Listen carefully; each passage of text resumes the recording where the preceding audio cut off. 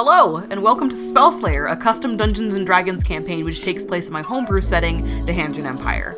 I am your Dungeon Master, Krista. I also go by Nexus Online, so you may hear my players referring to me as such. Speaking of which, my players are Ray, Tom, Maddie, and Jamie. They're all creative, compassionate, wonderful people, and I think you're really going to like them and their characters a lot. There are just a couple of things that I want to cover before we get started, and I know I can be long-winded, but I promise that I'll try to keep it brief.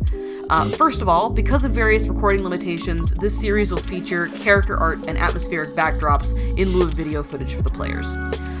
Also, I was unable to screen capture our virtual tabletop for the first couple of sessions for reasons that aren't important, so I've instead tried to replicate my best approximation of the associated combats with Photoshop. Don't worry, that is a problem that has been rectified in future videos. We got it on lock now.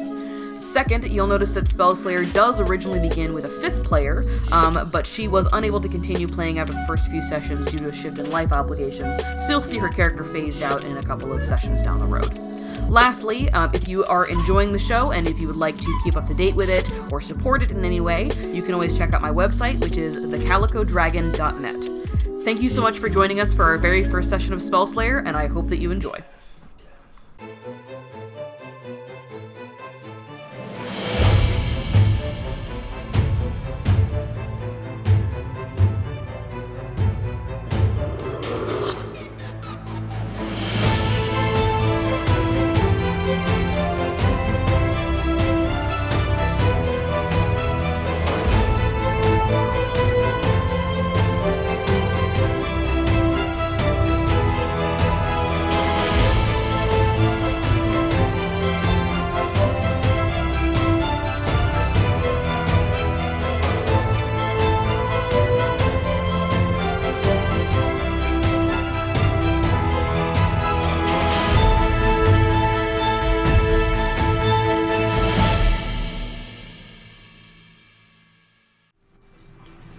Before the Starfall, the continent of Iliander was wild, though no one in their right mind would tell you that it became better after the fact. 153 years ago, in a brilliant streak of light across the sky, a meteor burned as it fell through the heavens, and impacted in a mountain range at the center of the continent. For a brief, beautiful instant, the peoples of Iliander were still, struck with silent awe. Then, all at once, at the furthest corners of the land, 4 tiny singularities erupted with a force that shook the very fabric of the material plane, and with this eruption grew 4 otherworldly portals. To the east, on the island of Mael, sprang forth a portal to the blessed fields of Elysium, the plane of good. From it emerged the Celestials. To the north, in the center of the Grand Hollow Steppe, a gateway to the clockwork nirvana of Mechanus, the plane of law. Marching from it, an army of inevitables. To the west, on the island of Havala, a yawning hole into the grey wastes of Hades, the plane of evil. A horde of fiends rushed forth. And to the south, hidden in the black jungle, a doorway to the ever-changing limbo, the plane of chaos. And swarming from it, the Slaadai. And in this sudden, brief, volatile, breathtaking moment, everything changed. It has been 103 years since the founding of the Handryn Empire, the singular banner to which all 5 kingdoms of Iliander pay fealty, and 91 years since the final, bloody end of the Outsiders' War, when the freshly united nations, under the command of First Emperor Kenway Handryn and his army of sentinels, and with the assistance of the Celestials and the Inevitables, finally, pushed back the fiends and the Slaadai, and forced them to return to their wretched planes. No one knows what caused the 4 portals to expand and usher forth an entire human lifetime's worth of pain, bloodshed, and war. One way or the other, though, everyone will tell you. The Starfall was a harbinger of death and destruction. Today, the 5 kingdoms of the Empire know relative peace, each one kept safe by the Empire's sentinels, and safer still by each kingdom's own elite knighthood.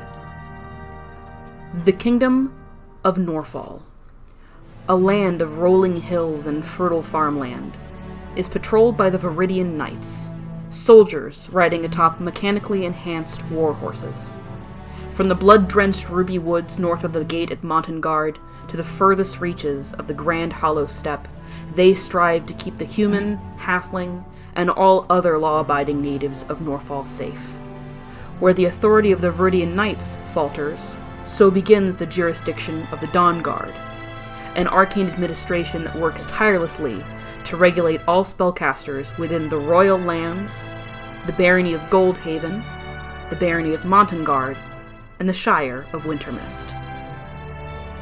The beginning of our story, however, is not quite so grandiose as all that. You swim in darkness, the world reeling around you, vertigo flipping you around and over and upside down.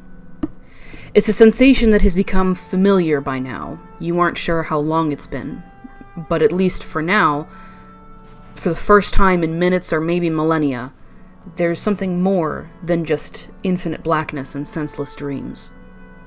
There's music. A persistent, droning melody that seizes you like a lifeline and begins to drag you from your slumbering haze. And with that, my friends, I welcome you to the Handryn Empire. Your senses start to return to you. Thank you. Your senses start to return to you, one by one.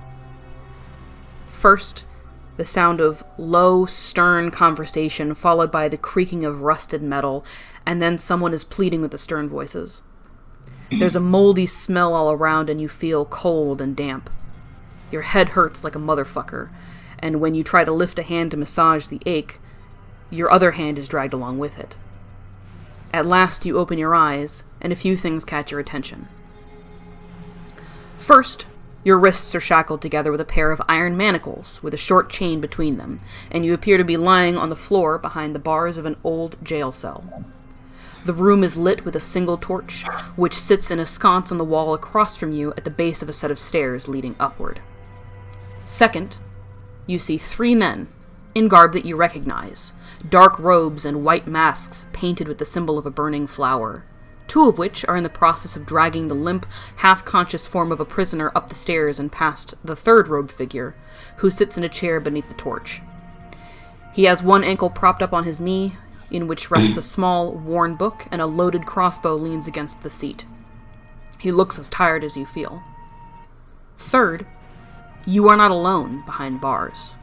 There are 5 others with you. Some you recognize. Others you don't. Jamie, if you would like to describe your character, please, without saying their name for the moment. Oh, yippee! Oh no, okay. Oh no. Slumped on the ground is a teenager, a human teenager, who is female, with brown skin and short black hair, and she's a teenager, so she has acne all up and down her jaw. Sort of a ratty face, sort of a scrappish looking person. Who, upon waking, looks very anxious, and definitely has sprawled out against the wall, looking at everyone in turn like, what is happening? I love her. Aww. I also love her. I love that nose. So cute. I just want to push it. I love their ears. You gotta boop the snoot. Yep, I gotta boop that snoot. Big rat ears. Alright, next in line, Maddie. I'm really nervous. Okay, so this next person lying on the floor, they have like some simple clothes on, like a brown shirt and some darker pants and boots that look like they might be a little too big for them.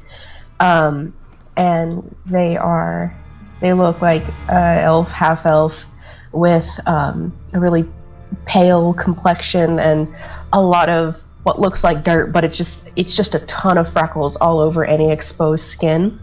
They have a little bit of like a bumped nose and and these yellow eyes, and they can't help but keep this tiny smile off their face, even though it's kind of like a shitty situation. They've got a small gap between their two front teeth, and they just have really long, wavy, misbehaving, like orange hair, and they look like they could probably use another meal or two. But yeah, this is. It's always a little bit hard to tell elven ages, but they look like they're probably an adult. You also see on this character, on this person, kind of rummaging around in their hair around their shoulder and on their one of their cheeks is a tiny mouse. Yeah, it's a small mouse, and if they go to they don't seem to be bugged by it. Just a small, gray, standard-looking mouse. I love this mouse. And it's gonna... I'm gonna drop a phone on you. Alright, Michelle. Right. You see, kind of hunched over, this just shoulders like a buffalo man, human with tannish skin, with this wild, crazy, untamed dark hair, with a couple of white streaks coming out from the side. He has a very hard face with a furrowed brow and just these thick, muscular arms. And on his left arm, there is this entwining tattoo of a dragon coiled around his biceps and all the way down his forearm, with very intricately painted scales that are white, stark white, up around the head and seem to transition into more black as it continues to wrap around his forearm. He's got these crystal blue eyes that are like ice, and in the pale light that you are in right now, there's almost like these little specks of glistening, almost like glitter or something like that, right above his brow line, where his hair meets his skin on his scalp. That's just kind of coming out. And yeah, he just kind of is looking around as if he's assessing his situation. Okay, thank you. Ray. Okay, nervous. You got this. So, you see about average-sized halfling with like shoulder-length wavy hair that normally is pretty neatly tied up, like half down, half up, but it's pretty messy now. It's loose and kind of out of the hair tie. He has dark brown eyes and normally a pretty friendly, warm face, but right now he looks pretty nervous and scared and unsure. He's wearing like just a pretty simple loose-fitting shirt and simple brown pants. The most expensive items you could probably see on him would be like his sleeveless red lace-up doublet and 2 necklaces. It's worth mentioning that both of those necklaces are currently gone, actually. Just kidding. Never mind. Okay. Question. Give us just a Do I second. still have one? Sorry. We'll go ahead and do Tom first, and then I will answer your question. Sorry. There's also a mid or early 20s woman, about 5'9", athletic frame, athletic build. She's got long brown hair that's braided into one braid, green eyes, kind of very tan skin. I believe, of 1 second. Vrethim descent, probably? Mhm. I see, I remembered. Hey, you got it.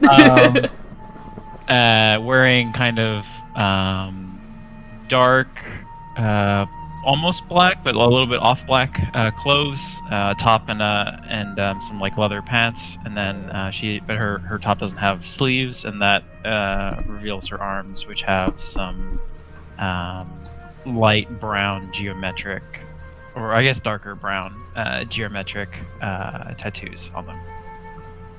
Great. Okay. And lastly, you see the source of this droning music you've been hearing. A young woman in her early 20s with pale skin, bright blue eyes, and stark white hair in a disheveled mohawk that looks like it was previously styled to one side. She sits in a corner of the cell with the rest of you, the light grays and muted blues of her outfit torn and dirty, and is staring intently at the man in the chair across the room while she struggles to play a hurdy-gurdy with what little leeway the manacles around her wrists afford her. She glances in your direction as you all start to come to consciousness and look around, and offers you a forced smirk and says, "Rise and shine."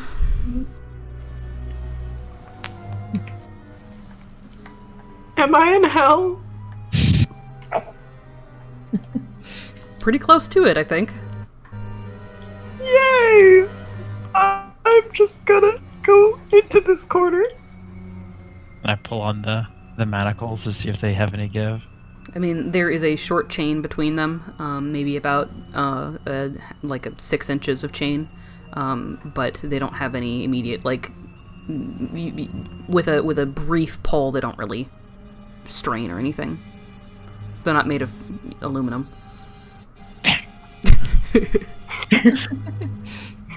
I don't have any of my tools, right? No. Like, they took all of my shit? No, Okay. a brief inspection, it looks like everyone, you do not have basically any of your shit. Anything that would have been valuable, anything that would have been possibly a method of getting out, they have patted you down. Oh. I'm looking at everyone pat themselves down, and I'm gonna pat down the front of my shirt to double check. Is my necklace gone? Yes. They sit there and sit up and cross their legs and pout and shake their chains along to the rhythm of this hurdy-gurdy, droning music. Just, I like the song, but I'm angry. She's just kind of Worst. continuing to play very, very quietly as you can with a hurdy-gurdy. This is the worst camp ever. I don't think this is a camp.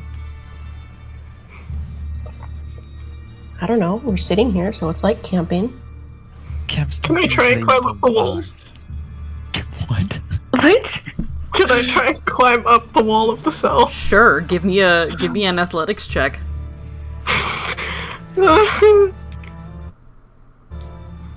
Where's my D&D beyond sheet?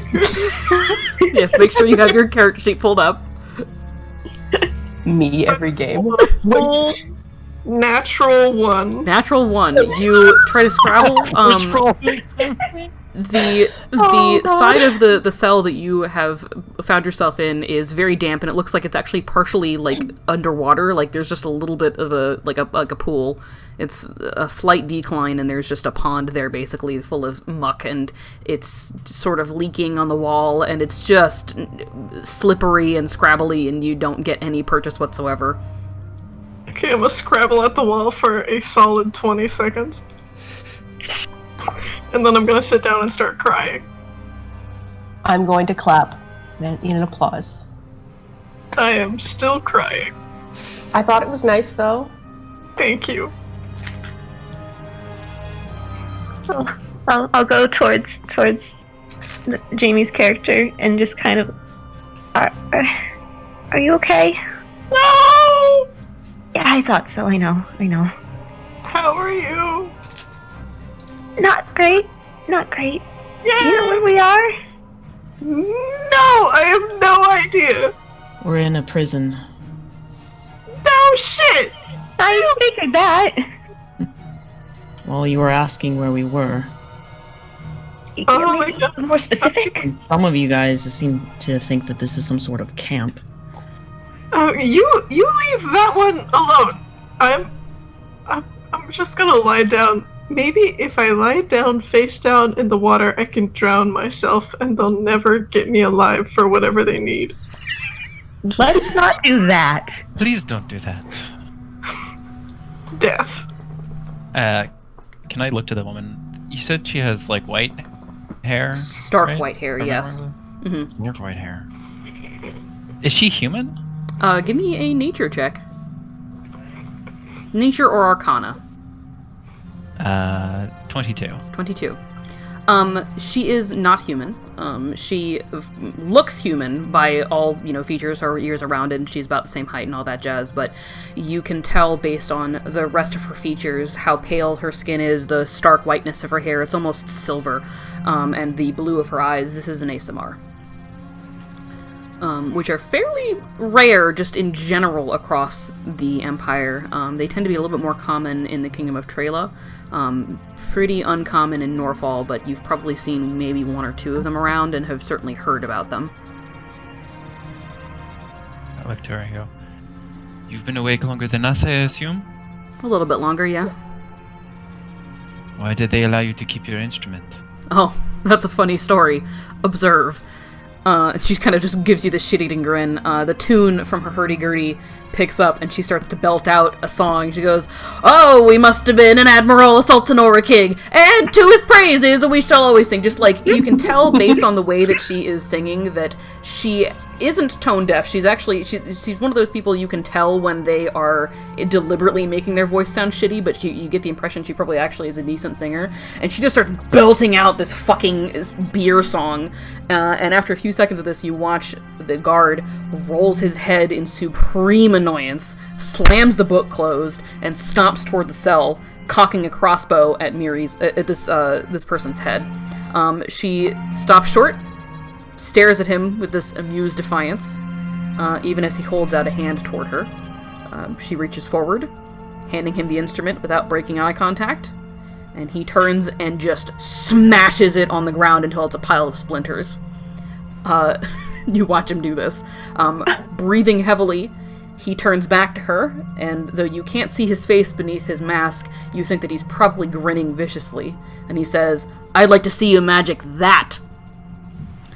She shrugs, murmurs a word, snaps her fingers, and you watch as the splinters evaporate and reform as a full hurdy-gurdy that falls into her lap, and she starts playing a soft tune again. My character immediately stands up and starts applauding with just maximum excitement. Just, "Oh my god, that was amazing! That was amazing! Can you do it again?" If he wants to again, she kind of winks at you. "Oh my god!" And I'm gonna shuffle over to them and just sit down at their feet and just watch in amazement. Meanwhile, the man throws his hands up in just utter disgust and goes to sit down again, fuming as he mutters a whore underneath his breath. The woman shrugs, grins, and murmurs, "I bet I still get more pussy than you do."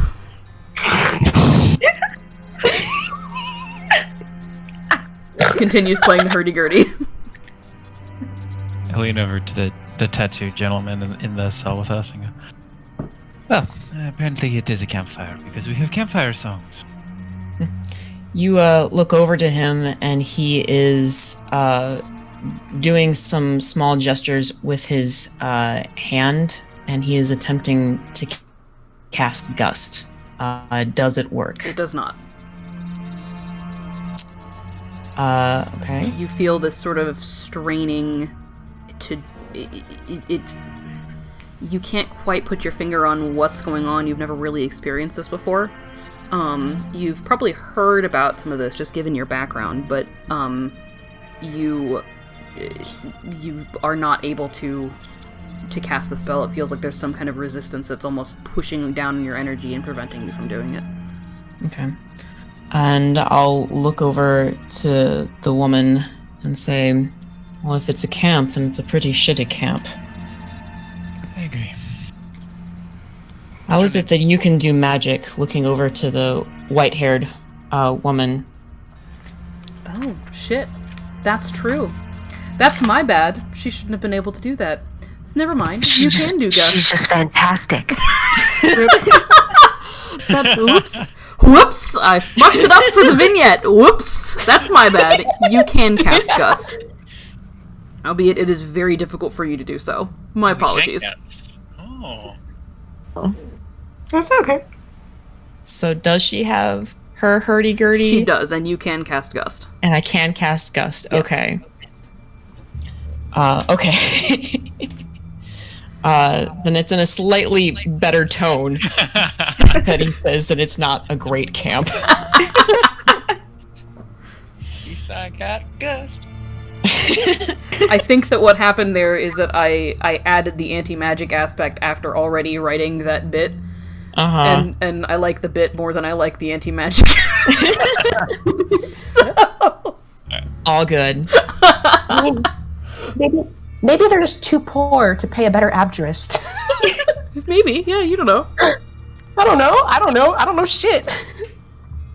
Can I look at these chains that have my hands manacled together? And with my skill set, even without tools, do I know a way to like wiggle out of them? You can certainly try. You are a fairly dexterous individual given your background. You've probably never been in a situation quite like this before, but you think, you're a squirmy individual. You think maybe if you were to be really, really clever about it, you might be able to worm out your hands. Hell yeah. Go ahead and give me a, where the hell did my thing go? Give me 2 seconds. Where is it? I just had this. Where the fuck did it go? The butter. Butter? Give me a sleight of hand check, please. Hell yeah! 17. 17, okay. Please have good enough. You spend a couple of minutes. Are you trying to do this stealthily? Like, the guard is not really paying attention to you. He seems to be sort of almost falling asleep as he's reading this book, so he's not, like, looking directly at you, but are you, like, rattling it around and, like, being overtly obvious as you're trying to do this, or are you trying to be sneaky about it?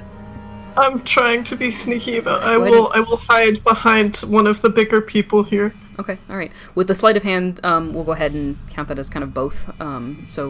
With a 17, it takes you a little bit, but you do manage to pull one of your hands free. The other one, you can't quite get it to pull out, but you are effectively have full range of motion again.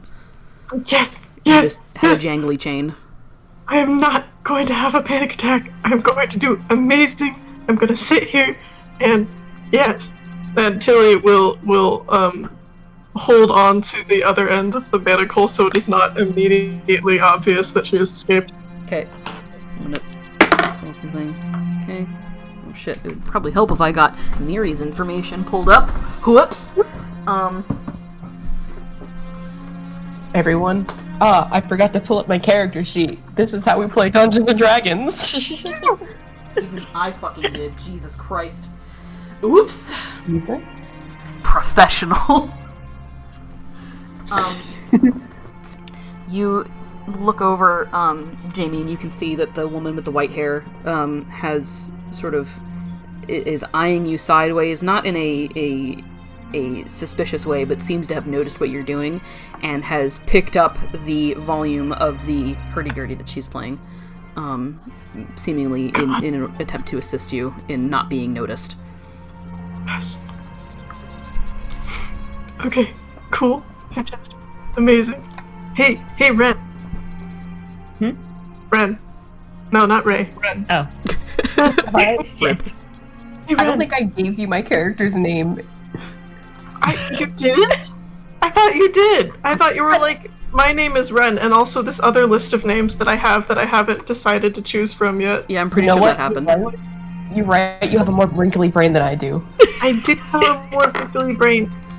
I'm gonna be like, Ren, hey, Yes. I'm gonna come over there. I'm gonna sit in your lap.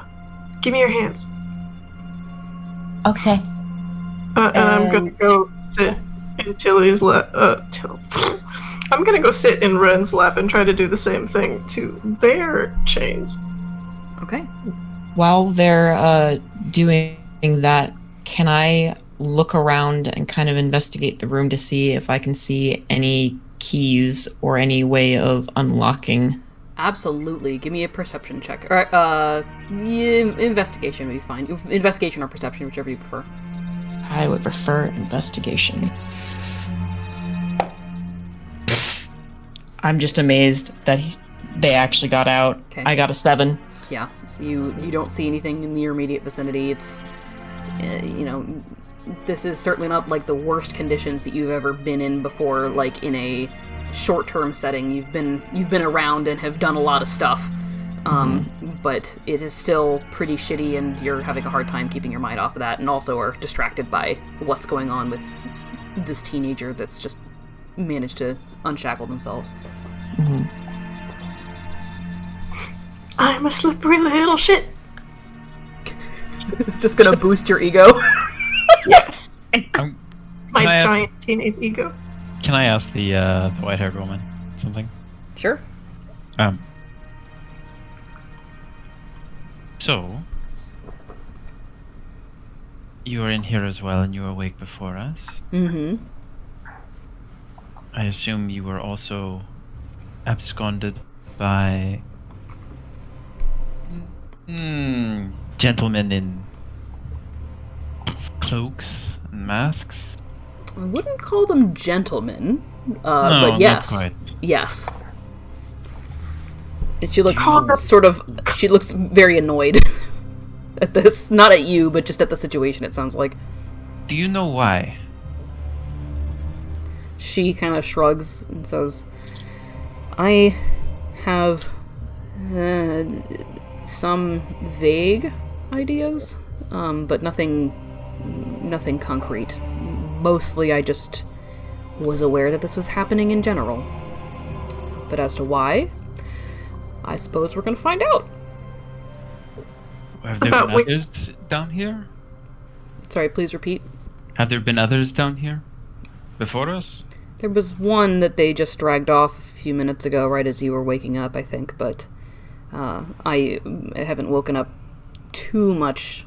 There hasn't been too much time between me waking up and you waking up, so if there were others, it's not that I'm aware of.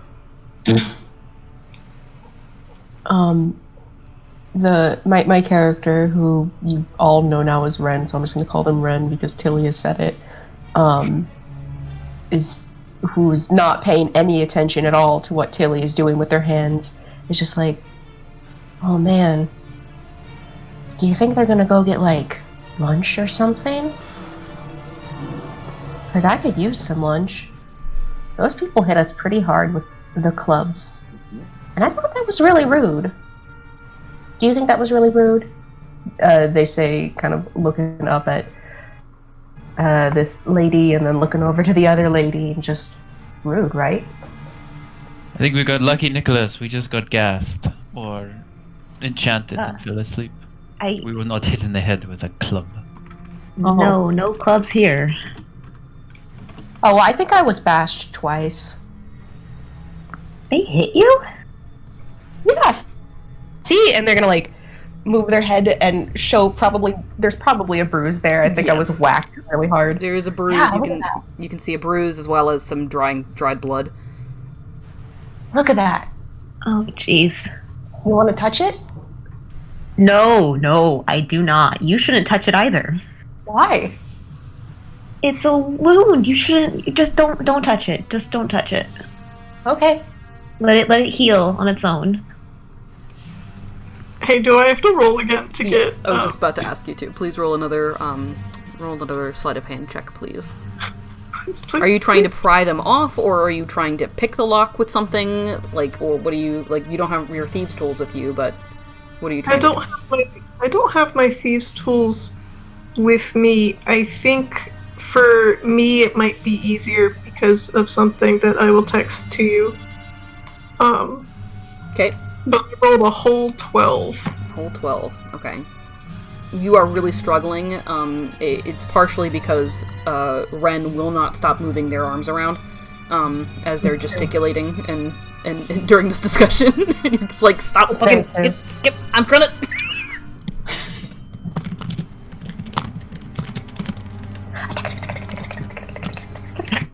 What about Tio? How did you get captured?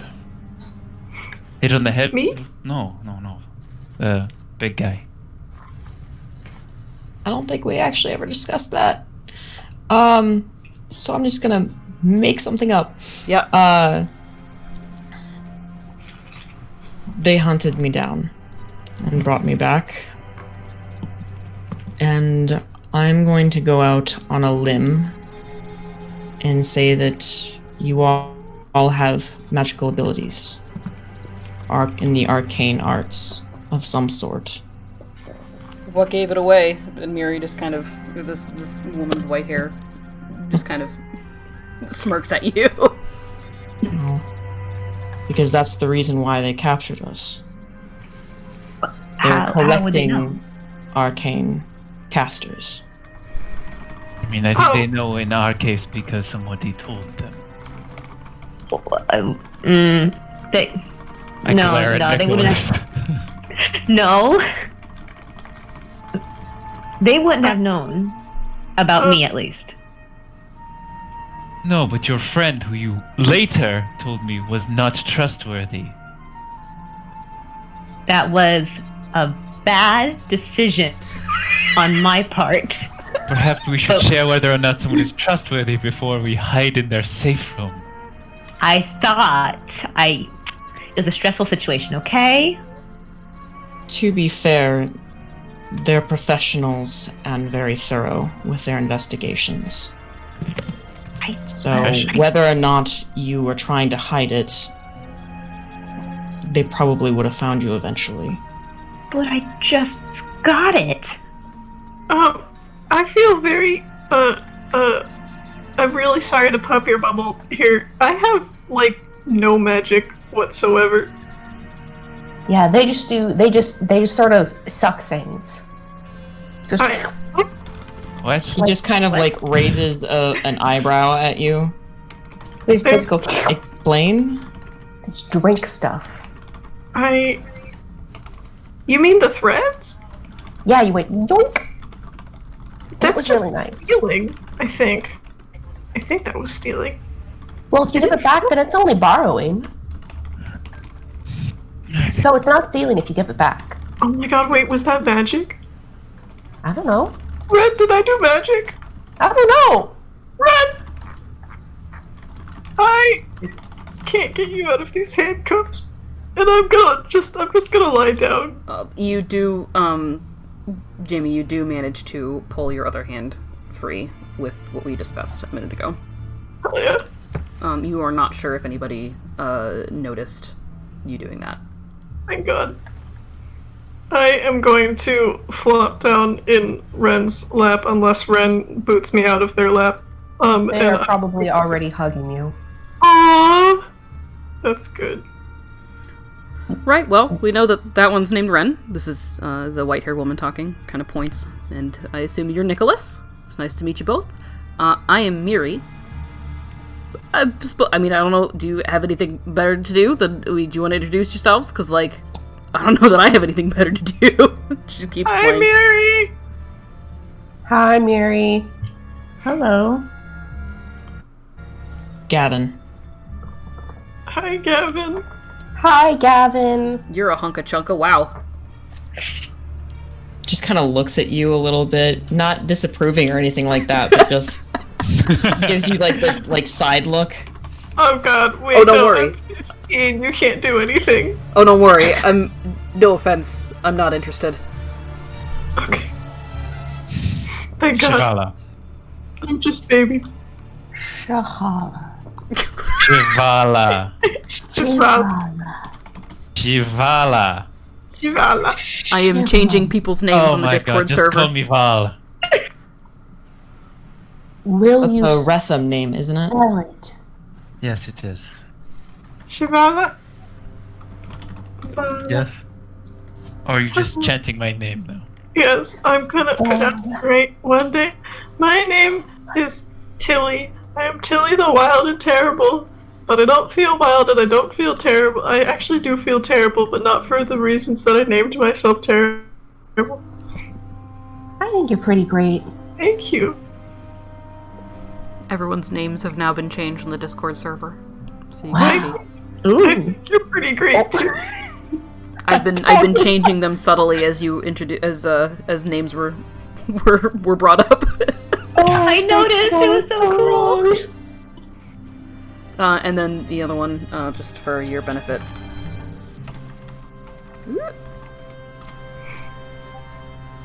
Well, thank Oh my you. god, there's a lot more eyes than I thought. Oh my god. There's a silent H. She's a bit extra. I don't know if you could tell. Can you say her name one more time? Miri. Miri. Okay. Just so I know how to pronounce it. I'm trying Thank to see you. if I have art of her. I think I have it somewhere, but please proceed. I don't know about you all, but I do not intend to die in a cell or be dragged off to the gods nowhere. Probably So- lunch. I don't think it's lunch. I would like lunch. I'm sorry. I tried to buy you lunch, but then they hit me with clubs. No, I already ate lunch. Oh, I had that burger. It was good. oh right. You told me that. Back on the subject of possibly finding a way out, and he kind of like gives a side eye over to the guard. Any ideas? Could ask Oh, them yeah. what they're intending to do with us. It's Who not going to be knows? anything good. No, but Magic maybe casters give have us an been disappearing for a while now. idea. I know. Oh, But But who knows? you Maybe he will tell us what they're doing if he doesn't think we can get them. You know, kind of gestures to somebody to talk to him. I get up and walk over to the bars. It's closest to the guard. Go, hey guard. You can see he kind of twitches slightly, but doesn't look up at you or respond. What are you reading? No response. Hey, it fuck good? face! There is Can I make an intimidation check? Sure, go for it.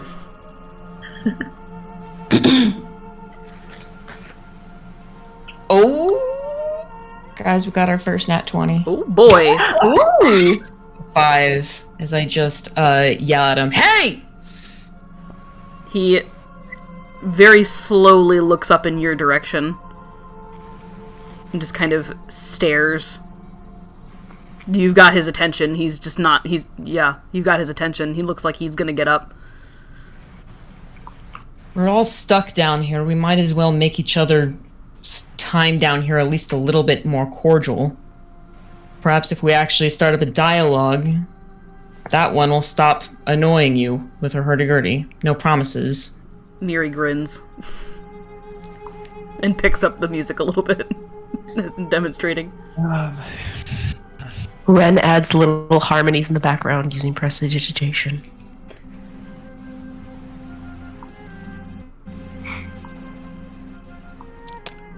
He I does kind not of look over to the woman, Tom's character, for him to proceed. So, why are we here? We commit a crime. We have. As far as I'm Have concerned, your debt existence to is pay? a crime. Oh, okay. Why do you think that? What is wrong with my existence? He kind of shrugs. You're a spellcaster. Magic-caster. Enough said. I assume that means you are not a spellcaster. No, I wouldn't stoop to such a level. So you think that all spellcasters should be killed? I think that all spellcasters that don't abide by the law should be killed. Why do you think the law protects you? Because the Viridian Knights are on my side, as well as the Dawn Guard. But you do not wear their garb. So, are you a third organization? Perhaps. It's not going to matter for you relatively soon here. Then why did I see your symbol painted on the walls of a sewer but a day ago? Coordination. So, to be honest, it sounds like you are a criminal organization that is doing the work of the government. Criminal. I prefer vigilante. We do what What's your must be name? done. I My have name- a question. My name doesn't matter. Yes, what's your question? Was that in character or out of character? I'm sorry. That is in character. Okay. If you're not magic, are you supposed to be here? He looks around on the other side of the bars. Yes. No, I mean, I'm not magic. Am I supposed to be here? If you're here, it means that you've done some kind of magic. I wasn't personally present, but we have scouts all over the place. They probably saw you doing something. Oh my god, wait. I did magic? Why didn't anybody tell me? Well, I'm Friends telling like you now. owls. Congratulations. Yay! So what's going to happen to us? Are we going to be killed? Are we going to be enslaved? Are we going to what? You'll see. Let's just say a little column A, a little column B. Killed and enslaved. Kind of shrugs. So you're saying that you hate mages, but you're going to attempt to do necromancy on us? I never said that I was going to do anything. I'm just sitting here and reading my book, and if you'll excuse me, I'd like to get back to that. He kind of But wait, props his leg back up again. What is your book? He does not respond. Do I recognize the book? Give me a perception check.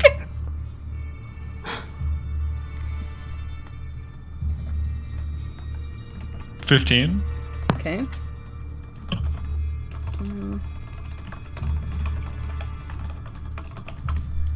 Hang on just a second. It'll be like a teenager's YA novel. This guy never really kind of like got over losing puberty or whatever. Nah, it's you, definitely smut. you see that it is called The Criminal of the Night. Oh, God. Have I read this book before? You give me roll me a D100. We'll say if you get a 50% or over. I got a 5. A 5. You have not read this book before. It's definitely smut. With a name like The Criminal of the Night, yeah, probably. Is it sexy? Your book. It can't be sexy. He's guarding, like, children. yeah, that would be God, weird. he's reading a sexy book while guarding pretty children sure that he's it's- later gonna murder. It's probably a sexy book. Oh my god. The audacity. Do your employers know you're reading smut down in front of children? My employers don't give a shit what I do down here, as long as I do my job. Oh my god. Okay, Ren claps her hands and they set Tilly down on the ground and said, I have a great idea. They stand up and wiggle on over to the bars and they sit back down again. And with a dramatic mood change, their face sterns up and they say, Can I tell you a joke? Are you saying this to the guard? Yes. You see a flicker of eyes behind the mask just kind of look up at you. His head doesn't move, but he seems like he's looking in your direction. Okay. I heard this one. Oh shit, now I gotta come up with a joke. I heard this one. Oh, how did it go again? Okay, how did it go again? What do you call stale bread? Is that it? Stale No, bread? you gotta guess. What do you call stale What do you bread? call stale bread? This is the dumbest joke that I've ever heard. We haven't all heard the whole thing. That's because they haven't finished it yet. You're the dumbest joke I've ever seen. Hey, first of all, that's rude. Second of all, I forgot the ending. You But forgot you the know what? ending to your joke? Listen. It's a good joke because it made him look up, and so far that's been the most amusing thing that's been happening this entire time. He shakes his head and just sighs heavily and readjusts in his seat and goes back to reading his book. Okay, no, but really, what's in it for you? What's in it for me? Yeah, what's in it for you? What's your name? I understand you don't want to, it doesn't matter what your name is. I can give you a name if you want. I've got like 7 of them. He kind of squints at you. Vengeance. Oh my god, you're so edgy. You just read that in the book, didn't you? Actually, okay. Do you mind if I have it though? Like, can I have your name? No. Fine. Listen, okay, that's all I got. The lot of you, I want you to shut the fuck up. I'm incapable. I want you to be still. I can't. You're gonna have to be. Because I'm starting to lose my fucking patience with y'all. I was weak. told to sit here and listen and to watch you and make sure no funny business happened. I did not get told that you had to be in one piece for what's coming out next. And he pulls up the crossbow and he doesn't shoot anybody with it, but he does shoot a warning shot just into the room, just in general, tons of just to make you jump. But I was trying to tell a joke. Sir, we are so sorry. We will shut up immediately. Very sorry. Oh. Is the crossbolt in the cell? It is in the cell, yes. We'll pick it up. Okay, he does not seem to notice. It's mine now. Are there any windows in this room? No. There are no windows in this room. Is it cold in the room? Yes. It's like early summer, right? It's early spring. Early spring, okay, so it's still... Yeah, currently, to kind of give you an idea of roughly... I mean, you don't know how long it's been, is the only thing. Since Am I hungry, though? You are... Now that you think about it, yeah, you're fucking hungry. All of you are really hungry. It is... Ren looking at the guy... Yeah, it's like early April, currently, basically. Ren looking at the guy who's gone back to his reading just has this little grin on their face. Look at everyone else, and they start very gently singing a very delicate song that it's not uncommon, but it sounds kind of like it could be like a soothing melody to help calm everyone's nerves. Neri kind of picks up on what you're doing and changes the tune a little bit to sort of riff off of what you're singing and accompanies. With the goal to just bring everyone to peace. I'd like to hide the crossbolt in my pants. Give me a sleight of hand check. And Ren is going to sing until they get the feeling that the guard's heart rate has gone down. Give me a performance check. Let's do it. Fucking first roll of the game. Yeet.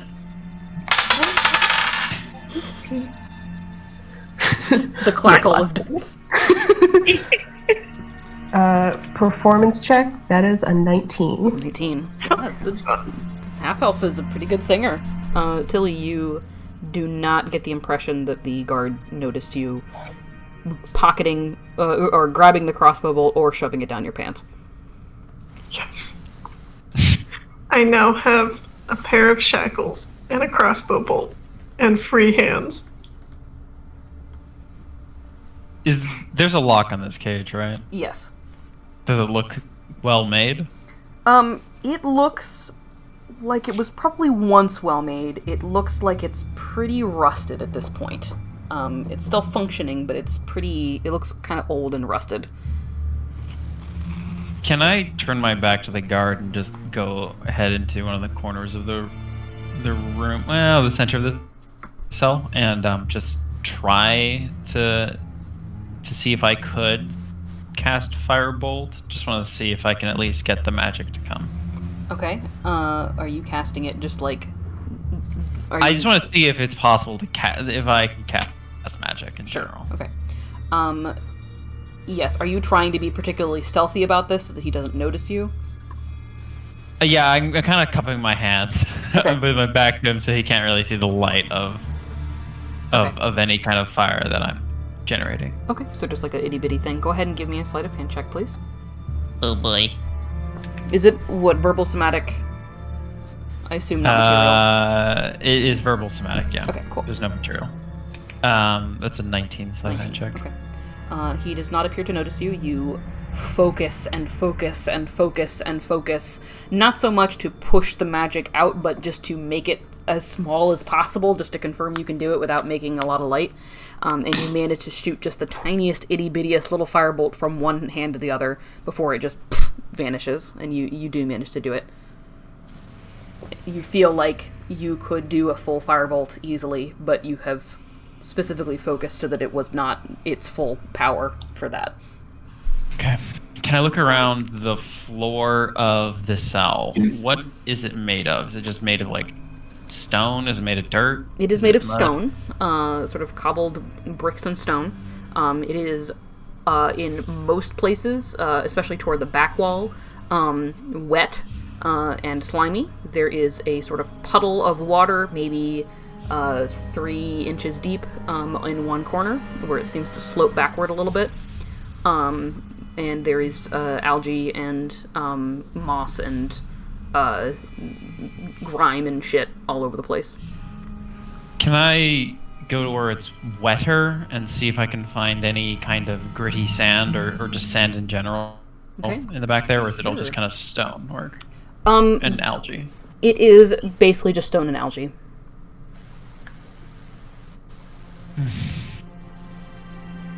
Likewise. There's probably a little bit of dirt, but not like sand. Gavin's gonna go ahead and saddle up next to Vala and kind of look over at her and ask, are you thinking of fighting? And kind of does around the same kind of thing that he had done prior, with more of like just a subtle wind gust or whatnot. Well, I'm not exactly planning on sitting here like a lobster in a barrel waiting to be plucked out and eaten. Well, if we plan on fighting, we need to find a way to silence him to keep him from actually calling more guards. I was looking to see if I could find any sand, but unfortunately there isn't any. You could probably make do with a cricket. You don't happen to have a flower on you, do you? Not on me, no. Oh my god, same hat, Tom.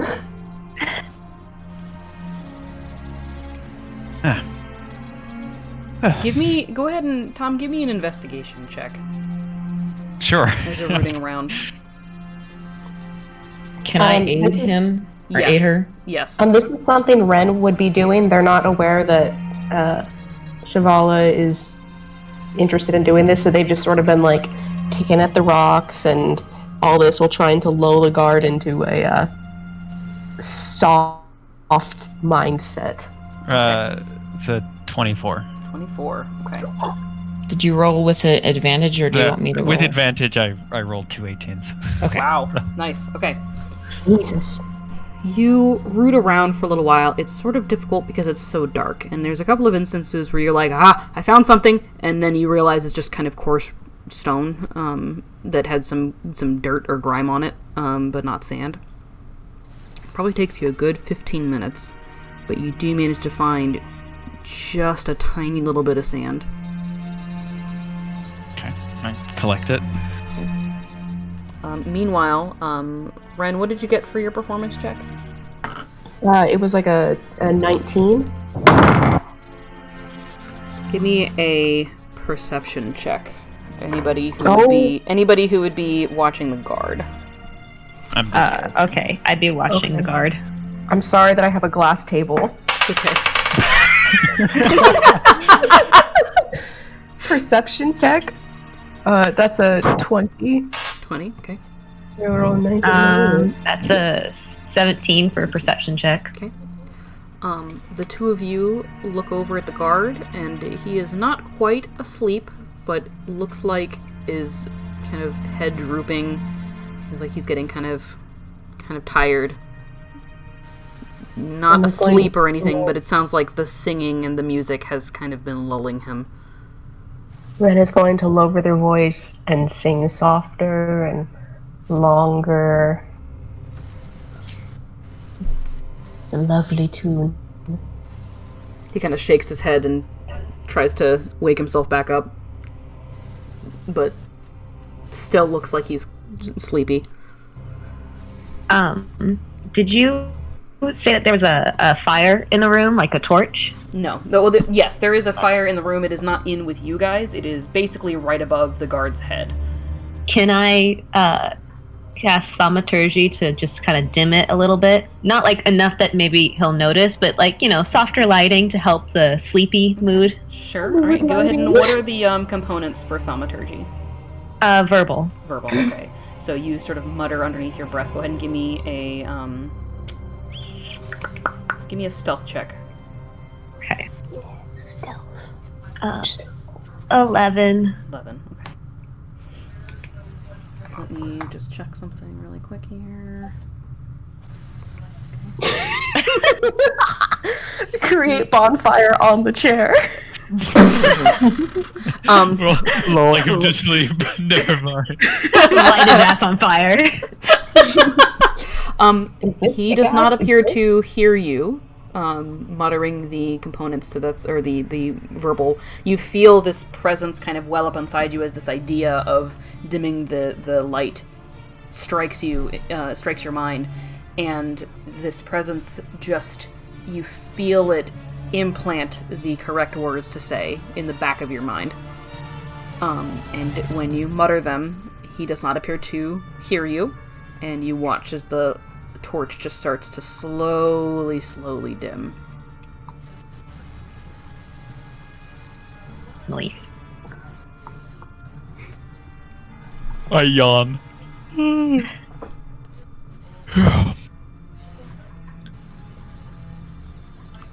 Does anybody see any sort of key or any mechanism to unlock that door? Can I look around? Yes, anybody who would like to look around, go ahead and give me an investigation or a perception check. I would like to look around either for a key or for a toothpick or for something that I could use as a lockpick, Okay. theoretically. Sounds good. Investigation, bait. I rolled a whole 5. Whole 5. Oof.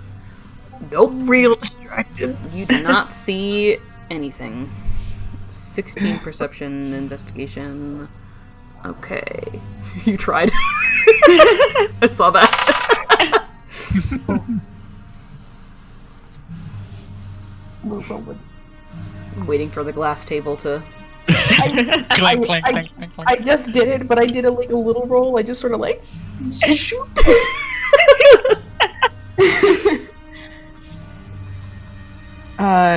But this perception check is like looking past the cell into the rest of the room. They're really kind of distressed about where their stuff is. Nicholas and Ren, the two of you, looking around, you can see now, glinting in the light of the dimming torch, there is a set of keys on his belt. They're kind of off to the side, like back toward his butt, so they're not immediately visible, which is why you guys didn't notice them to begin with, but you can now that he's shifted a little bit and the light has kind of changed, you can see the light glinting off of these keys. I don't suppose any of you all have that sort of magic where you can lift things up at a distance, do you? I don't think I have any magic. I think I just steal it from other people. A moment when no one took Mage Hand. We're done camping over. No. Don't you do forget about me. Put your fist up. Is there anything anybody could use to lock pick the lock? You seem rather Fire. sneaky and was able to get out of your shackles. Do you have any ability to unlock? And then Yeah. nods over to the... If you can find me like a pin or like a pick to pick your teeth with, or like a. Do you still have that arrow? I do still have this arrow. I could probably try to snap it and get into splinters for you. Yeah, the arrowhead itself is kind of big, but the thing though, the shaft. Yeah, the shaft, that big. If you hand it to me, I'll snap it. Actually, wait. Get me one of the feathers. I can use the feather pin. Alright. I will either snap the arrow or do whatever needs to be done to be able to try to make a lockpick out of it. Okay. Tilly, you produce the bolt from your pants and pass it over to Gavin. I give you kind of an odd look at the where it was, but just kind of... I had to hide it somewhere. And then snaps it, and then takes off a couple of the feathers and hands it back. Trying to make it so that it splinters. When you snap it, you hear the guard. What are you doing? What's going on over there? Just wondering what your book is about. He rolls his eyes and shakes his head and goes back to trying to read, and you hear him like he's trying to wake himself back up, but it's still kind of dim, and Mary's still playing the music, and he seems like he's nodding off again slowly. Ren hasn't stopped because, quite frankly, this is their only course. I would like to take the quill pen, like the end of a feather, right? Mm-hmm. And I would like to see if I can use that or splinters as a sort of makeshift lockpick too, and I'd like to test it on Gavin's shackles. Okay, sure, go ahead, and we'll go ahead and do... It's technically like a Thieves' Tools check, but that's basically just a sleight of hand check anyway. Are you proficient with sleight of hand? I sure am! Okay, so it's basically, for the purposes of Thieves' Tools, it would be basically what a sleight of hand check is anyway, so yeah, go for it. Yes! Yes! Oh my god, yes! I'm gonna try to hold my shackles in a way that if it unlocks, it doesn't clang to the floor. Okay. A whole 21, baby. 21. Oh, hell yeah. Very easily, you take the little pin of the feather, you push it in through, wiggle it around a little bit, and you unlock it. Gavin, you brace it. Yeah. I kind of rub my wrist and look down. Impressive. Now let's get the other lock. Hell yeah, son. Wait, should I do all the Probably the rest of them. Yeah. Hey, did you say your name was Nicholas? Come here. Oh, okay. What are you gonna do? Be quiet. Okay. I'm gonna try to unlock this. Should I roll again? Yes. I roll for each one? This is gonna be so bad. Oh, holy shit, 22. 22. Okay. We're doing so good, you guys. Okay. It takes you a little bit longer. You can't tell if it's just because of the complexity of the lock or the fact that it is rusted to shit. After a little bit, you do hear a distinctive click, and the lock comes loose. Hell yeah, son. While they are unlocking people's shackles, can I just kind of size up this guard in comparison to me? Like, do I think I could take him? Sure. In a fight? Let me pull up your stats. I'm pretty sure you do think you could take him, but I'm a pretty strong boy. you're pretty strong. You're strong like bull. Hang on. Let me pull up. Like, my muscles are the size of somebody's head. Flex. Your muscles tight. God damn it. Oh my god, like, fucking what is it, Castle in the Sky, where the two guys are just like flex off and just ripping their shirts? Oh my god. Oh my god. Gavin is so ripped he doesn't have a shirt. Oh my god. Ooh, he already ripped it off. Ripped. Yes, looking at this guard, yeah, you are quite a lot more ripped than he is. Yeah. Cool. Extra beefy in all the right places. I'm going to try to wrap the shackles around my wrist so that if I need to, I can whip them out and use them as like a choker Okay. to try to choke somebody out. Okay. And just kind of have that ready. Okay. Alright. I'm gonna go down the line. I got Nicholas, I got Gavin, I got myself. I just need to get Vol and Ren. And Miri. And Miri. And Miri. Okay. But in the meantime, Ren has stood and is swaying gently as they sing slowly back and forth like the wiggliest metronome. Okay. I am going to get Shavala.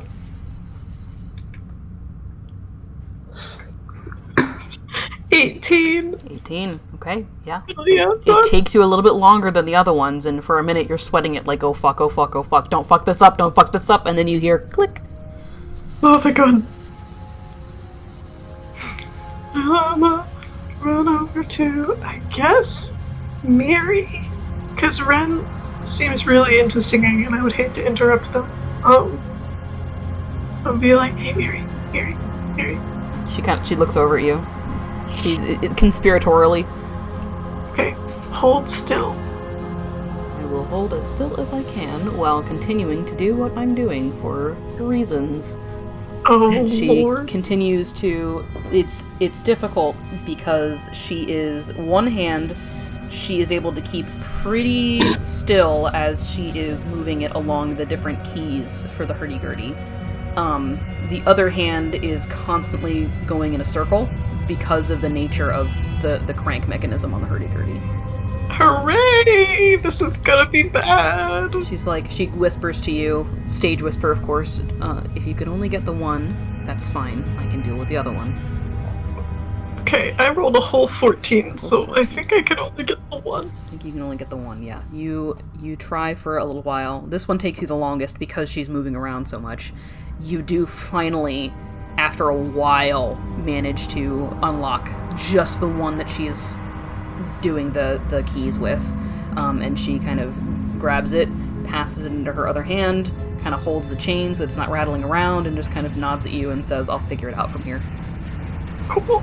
Then I'm gonna sneak up to Ren. Be like, hey, Ren. They don't stop singing, but they turn around and show their back to the guard and just keep, like, going back and forth, but they hold their hands out. I wanna do this. Like, Please, their let me hands aren't swinging back and forth, it's just sort of like their upper body. I rolled another whole 14. I'm mixed struggle. Okay, yeah, you can get one wrist out, and that's it. Okay, that'll have to do. It's for right probably now. over the course of this, with you picking all the locks and trying to get people out and all that jazz, it's probably been about an hour. Okay, cool.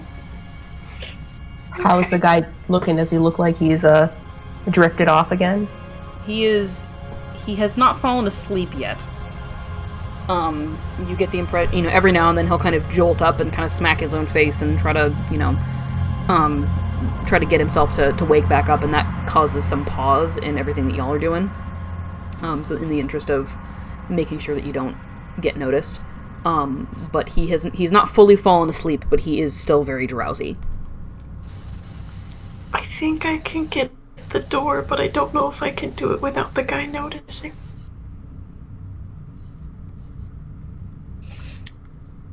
Okay, so deadass, I know this is gonna sound like a meme. Can I investigate the hinges of the cell door? Sure, to what end? What kind of hinges are they? Metal ones, why? I don't know, I just had a Pirates of the Caribbean moment where are they half pin barrel hinges? No. With the right leverage. Fuck. They are, I don't know, they are your bog standard, hinges. I don't know what the fuck that means. I don't know either. I don't know anything about hinges. If you don't think you could open it, we might be able to... This would kind of undo your putting him to sleep, but... antagonize him so he gets close again? and he just kind of like pulls out the manacles and like holds it taut. I don't know what the there's an actual name for the string that you choke somebody out with. The garrote. Yeah, a garrote. And then somebody could grab the key. Yeah. Or hear me out. This is gonna sound real stupid, but hear me out. What if one of you magic people put the torch out? I could probably do that. And if you Pick the lock quickly. If we did that. Does Tilly think with her current skill set, and I understand that she absolutely thinks that she can do this because she's a teenager and an idiot, does it seem reasonable to Tilly that she thinks she might be able to pick the lock on the door in darkness if she knew where it was beforehand? That is a good question. I think, given your background and some of the shit that you would have gotten up to with your family, some of the places you would have been going into to try to get stuff, this probably would not be the first time that you have had to do something like this. It would be the darkest that you've ever had to deal with. But you think you're a teenager. You're 15. Fuck it. This whole world is your oyster. You can do it. Hell yes. Okay. I'm gonna get my tools ready, and I'm gonna be like, okay. I'm gonna lean against the door so I'm near the lock, and I'm gonna be like, okay, what if you guys blew the torch out? Gavin will go ahead and wait for them to be ready, and then use Gust to blow out the torch. And that is just a verbal and semantic. Okay. And it has the power to push an object of 5 pounds 10 feet away from me. Okay. So I feel like it should be able to. I agree. You do. So you cast Gust. It across the room. The light goes out, and you hear, you see, just as the light is about to go out, you see the guard kind of sit up straight like he's startled, and you hear, as the light goes out, you hear him go, "What the fuck?" And you hear him starting to get up, but you don't see him. Okay, I'm gonna try and pick Do we have initiative or something like that? Because I might want to do another spell. Okay. For the moment, he is not trying to attack you. If you are trying to attack him, then we can drop into initiative, but he is... You can hear him getting up. Do any of you have dark vision? Nope. I do not. I think Ren's the only one. I do not. We turn on the lights. Ah, fuck, I can't see. What are you talking about? Ren, you can see that the guard is starting to get up and grab his crossbow, and he looks kind of concerned, and he's starting to move in your direction, but he's not, actively, cocking the crossbow yet. It looks like he's actually more going into his backpack and struggling to, relight a torch. Ren is going to, seeing this, Ren's gonna axe startle and be like, "Sir, it's really dark. Can you get the torch, please?" There is no response. Can I roll to pick the door? Yes, you will be rolling with disadvantage because you cannot see. Okay, that sucks because I rolled a natural 18 and I got really excited. Let me roll again. Oh, You got this. fuck. I rolled a whole 5 plus 6, so that's an 11. 11. Okay. You struggle. You really go at it. You feel confident going into it, and then you realize, oh, this is a lot harder than I thought. And with the last times that you have picked a lock in the dark, you actually had lock picks and not just the broken pin of a feather. And you struggle with it, and you are not able to get it open immediately. You can hear that the guard is starting to approach at this point. Actually, no, he's not approaching. He's just trying to get the thing relit again. You can hear him struggling with flint and steel. And you can see a spark every now and then. Can I roll again? Was there anything else that anybody else wants to do first of all, while this is happening? I am keeping an eye on the spark. Okay. Real quick, I want to,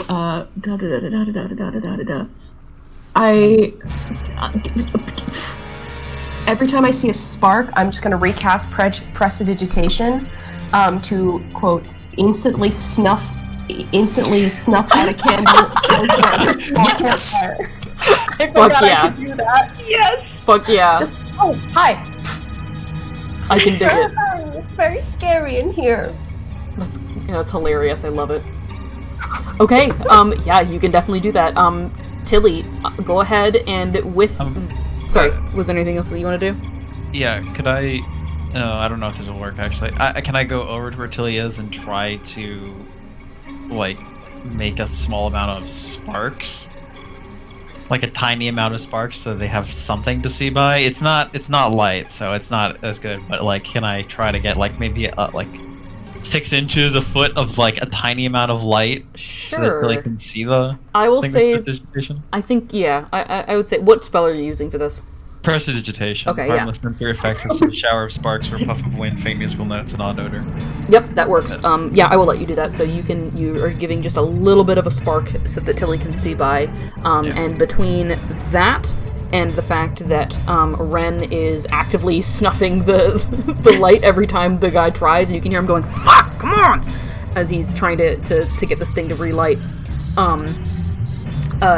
Tilly, you can go ahead and re-roll. You have advantage, but disadvantage because you are because it's dark, so it's just a straight roll. Yay! Oh, that was even worse. A 3. That's a 9. Okay. All right. So. So this lock looks rusted, right? All right, never the mind. lock is very rusted. Yes. Half pin barrel hinges. So at this point, the guard, you can hear he's like, fuck, it's wet, and you can hear this clattering sound, and he's probably tosses the flint and steel off to the side. You hear him get up. Ren, you can see that he is picking up his crossbow, and he's starting to head over in your direction. Sir, it's dark. You don't need to get your crossbow. I can hear you grabbing it. What's going on over here? One of you fuckers is doing something. Is he near me? He is. You can hear that he's relatively nearby. He's probably about 3 feet away from you, but he is not at the actual door. Ren is going to tell him the vague truth. And just, there must have been a draft or something that put out the torch, and maybe yours are... Fucking magical draft, you fucking shit stains. Who's doing this? I'm going to go ahead and start doing another semantic and verbal, and I'm going to full blast in front of me a gust, and this time I'm intending to actually push him away. Push him away from the bars? Yeah. Can he make a strength saving throw? He can. Strong. That is a whopping 5. Alright, he fails, and he is pushed away from the bars. Okay, you just hear this whop, and you hear a clattering sound as he falls to the ground, and an oof. And Ren, you can see that he's starting to scrabble to, like, pick himself back up, but it's taking him a second. You motherfuckers! Wow, look, it was that draft. Can I sleight of hand again? You can. Go ahead and try again. Yep. You, again, Please, just a straight roll. Oh my god, 25! Yes! Nice. You, with that distraction and with everyone, with the pressure of what's going on, just kind of right down your neck, the back of your neck, you go, come on, and you unlock it. You can hear a clicking sound. I would like to, swing that door open and get out of the way of the big people so they can go kill people. Okay, sounds good. The door just screeches as you open it up. It is not very well oiled and rusty as shit. But the door is open. What would you guys like to do? The guy is still prone on the ground. Gavin would like to go for it, but I also did the gust this round. That's true. So let's go ahead and are you guys attacking this guard? I assume that you are. Yes. Okay, so let's go ahead and what? No, just keep going. Roll initiative. Let's go ahead and roll some initiative. All right, guys, here we go. We'll go ahead and just mute this guy over here. I don't have a map specifically for this, but that's okay.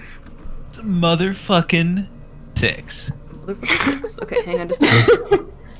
I don't... Wait, where's my grid lines? I need the grid lines. Move here, please. That's better. Okay. Oh. That's him. Okay. I don't want to go first. Oops. Shit. What have I done? Okay. Initiative rolls. 15, 17, 15. Okay. I think I'm waiting on... I think I need... funny. Let's see. Are we supposed to be someplace else besides the lobby? No, there is a roles thing in the Discord channel. It's not mandatory, so you can post your stuff in there. It is not required. I will still be asking you some of the time. I'm monitoring it, but for things like initiative, it's just easier for me to write things down. So, give me just a second here. Okay, so I feel wired right now. Well, I will just say, I can't see shit because it's dark. Yeah, I can't either. Gavin. It's fine. Gavin, what did you roll? 19. 19. Nicholas. Oh, 15. 15. Vol. 6. 6. Tilly. Shit. 15. 15. And Ren. 17. Great. Okay. Tilly and Nicholas, what are your dexterity scores? Oh, geez, I have to go back to my thing. Dexterity, you said? Your full score. 13. 13. 18, motherfucker. 18. Okay, so Tilly will go first of the two of you. So let me just write my stuff down here. And then it'll be that, and then we'll have that, and that, and that. And I was like, why is my charisma so high? And then I realized I was looking at my saving throws. I mean, your charisma is also stupid high anyway. It is stupid high, but I rolled well, so. Alright, so first in initiative, we have Gavin. It's a very small room. I'm not going to do a map for it. So yeah, it is a very small room. The door is open, and you can just see the barest form of the guard in the darkness. Is he standing? He is trying to get to his feet, but for all intents and purposes, he is prone. Okay. If he's already prone, then I'm just gonna come over and deck him. Okay. So I'm just gonna bust through the door as soon as it opens and just go swinging at his face to try to knock him back down. Okay, sounds like a plan. Go ahead and give me an attack roll. That is a dirty 20. Dirty 20, that hits. Go ahead and roll And damage. he takes 5 damage from my punch. Woo! Nice. As Okay. I just hit him right in the shoulder in between like his neck and his shoulder blade. Nice. Okay. Alright. Anything else you want to do? That's what I can do as a first level character. Great. Sounds like a plan. Ren. Ren is like, wow, cool. And they're just gonna be like, ugh, stop being mean. And they're gonna cast Frostbite on the man that Gavin is now accosting. Okay. I need a Constitution saving throw from you. Constitution saving throw. You got it. Constitution saving throw. That's not good. That's a 7. Oh boy! You're gonna take a d6 of cold damage. Okay. Oh, I got a whole ass 6. Oh, Whole last okay. 6. You take 6 points of cold damage, and your next weapon attack has disadvantage. If he gets to that point. If he gets to that which point. he might fucking not. Okay. Alright. Sounds good. Tilly. Does he still have the crossbow? He does hold the crossbow in his hands, yes. Okay, so, and I can't see shit because I'm blind. Yeah, you So- are a human, so yeah. Okay, cool.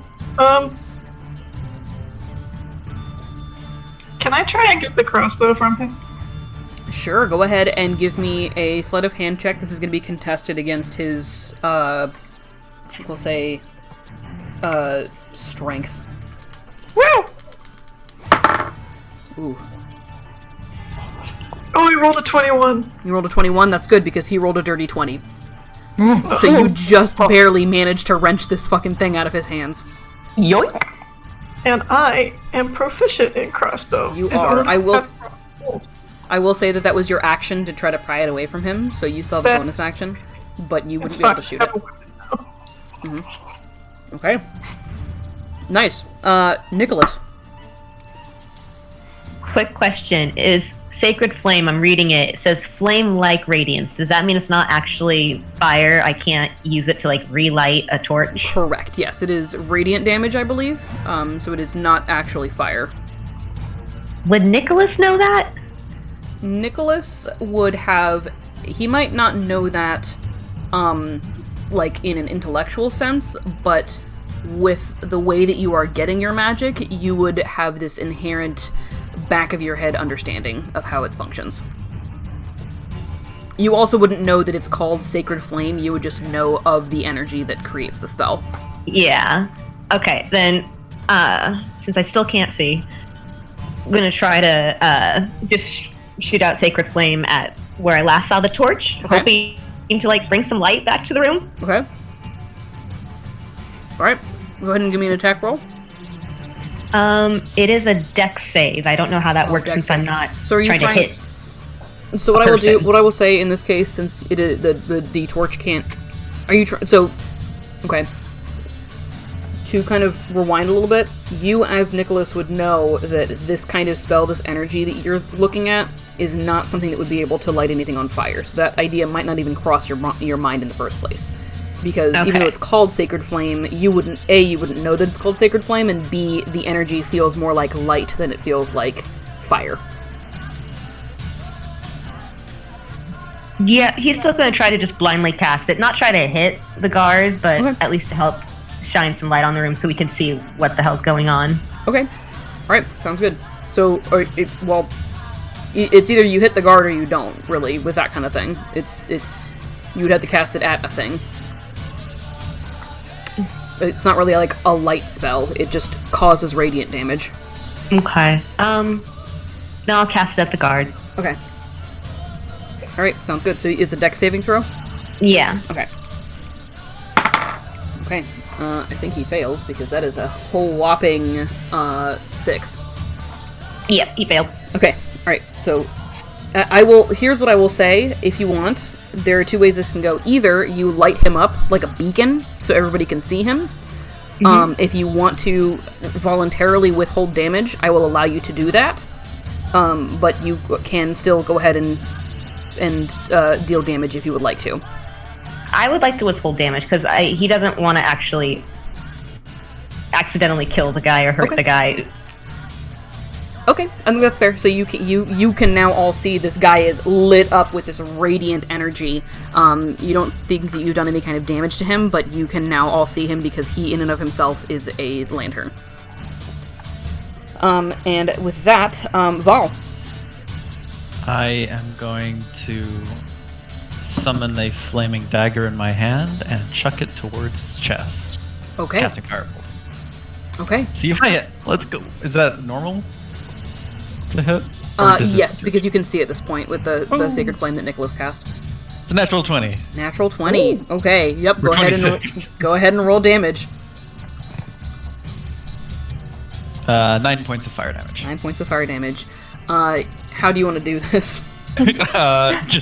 Just the dagger just sinks into his chest and dissipates into flame across the front of his body. You hear as he's trying to he's trying to get up at this point. As y'all are pummeling him, he suddenly realizes that he is lit up. He looks confused. He kind of turns around in your direction with his chest facing you, and you just fire a firebolt, hits him square in the chest. You hear this sound, and he just kind of collapses backwards, gasping and clutching at his chest until he stops moving. I run to the stairs to see if I can hear anyone else coming. Okay. Gavin's gonna go ahead and just grab the keys, and put them in a pocket. Okay. Ren is going to grab his backpack. Earlier when we were looking for the keys, Ren rolled, that perception check Ren rolled was for looking around the room to see if there was some place in the room that they would have been keeping all their shit. You did not see any of your shit in this room. I'm patting him down for money. Okay, so give me an investigation check. Yes. He's also got like a cloak on him, correct? He does, yes. He's wearing a hooded cloak. I'm gonna go ahead and take that off of him as well. Okay. I rolled a whole 11. Whole 11. Okay, you find 15 silver in a pouch on his belt. I'm gonna take that. Val, go ahead and give me a perception check as you're running the stairs. 19. 19, okay. You can hear the movement of various people around up the stairs. You don't get the impression that anybody is aware of what's going on down here yet. I do a quick thumbs up to the rest of the group, and then I'm gonna pick up his book, but pocket and tuck it away. Okay, sounds good. You got the book. All right. So are we going up, or are we bringing them down here? Is there anyone else in any other cells, or was it just us? It was just you guys. Cool. I think that we want to get out of here. It sounds like there's a number of people up there, and I know, that's why I'm asking. Are we going up there to fight, or are we bringing them down here and ambushing them? Do we have to fight? when Nicholas and I were captured, they used some sort of either spell, or since they hate magic users, some sort of substance that made us all fall asleep. Also, if we stay downhill, they'll just use it again. I'd rather not be trapped in a room, knocked out again. But we can't leave until we find our things. I don't think our things are down here. They'd be kept someplace else. Which means we need to go past those people, which means we either need to fight them, and I'm not that sneaky. Well, what if you put on his mask and his cloak? Then it doesn't matter if you're sneaky or not. That's for one person. Well, that's true. Well, it could be for two people. You could put it on, and Nicholas, hi. Tell me if this is offensive. You're very small. Yes, that is a fact. Yes. Gavin, do you think you could take Nicholas with you under the cloak? Is the cloak big enough to be able to do that? With Nicholas, I think you would... It's possible. You're not 100% sure, primarily because you in particular, Gavin, are a pretty big, beefy dude. Yeah. The guy who you just fought was not particularly big and beefy, so the cloak is... You can obscure your head with the hood, certainly. You can obscure yourself with the cloak. It'd be sort of difficult for you to be able to have Nicholas tag along with you. You could try. Is it a full body cloak, or Yes. is it like a mid? It is a full body cloak. Okay. Look over to you. It's possible, but I mean, that guy was kind of puny. Yeah, I guess it might not be worth it. Wait, I have an idea. Yes. What if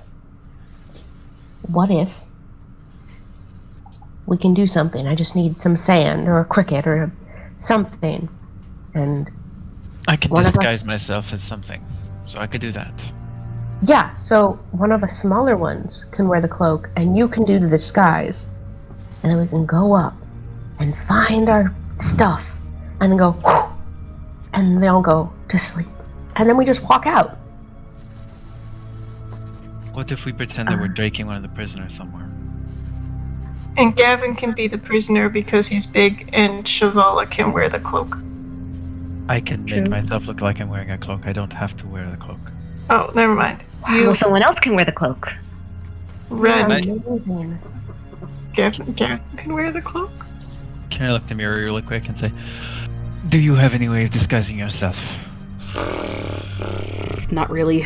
I'm decently sneaky. I'm pretty sneaky, but I've got to be honest, my thing is more listening and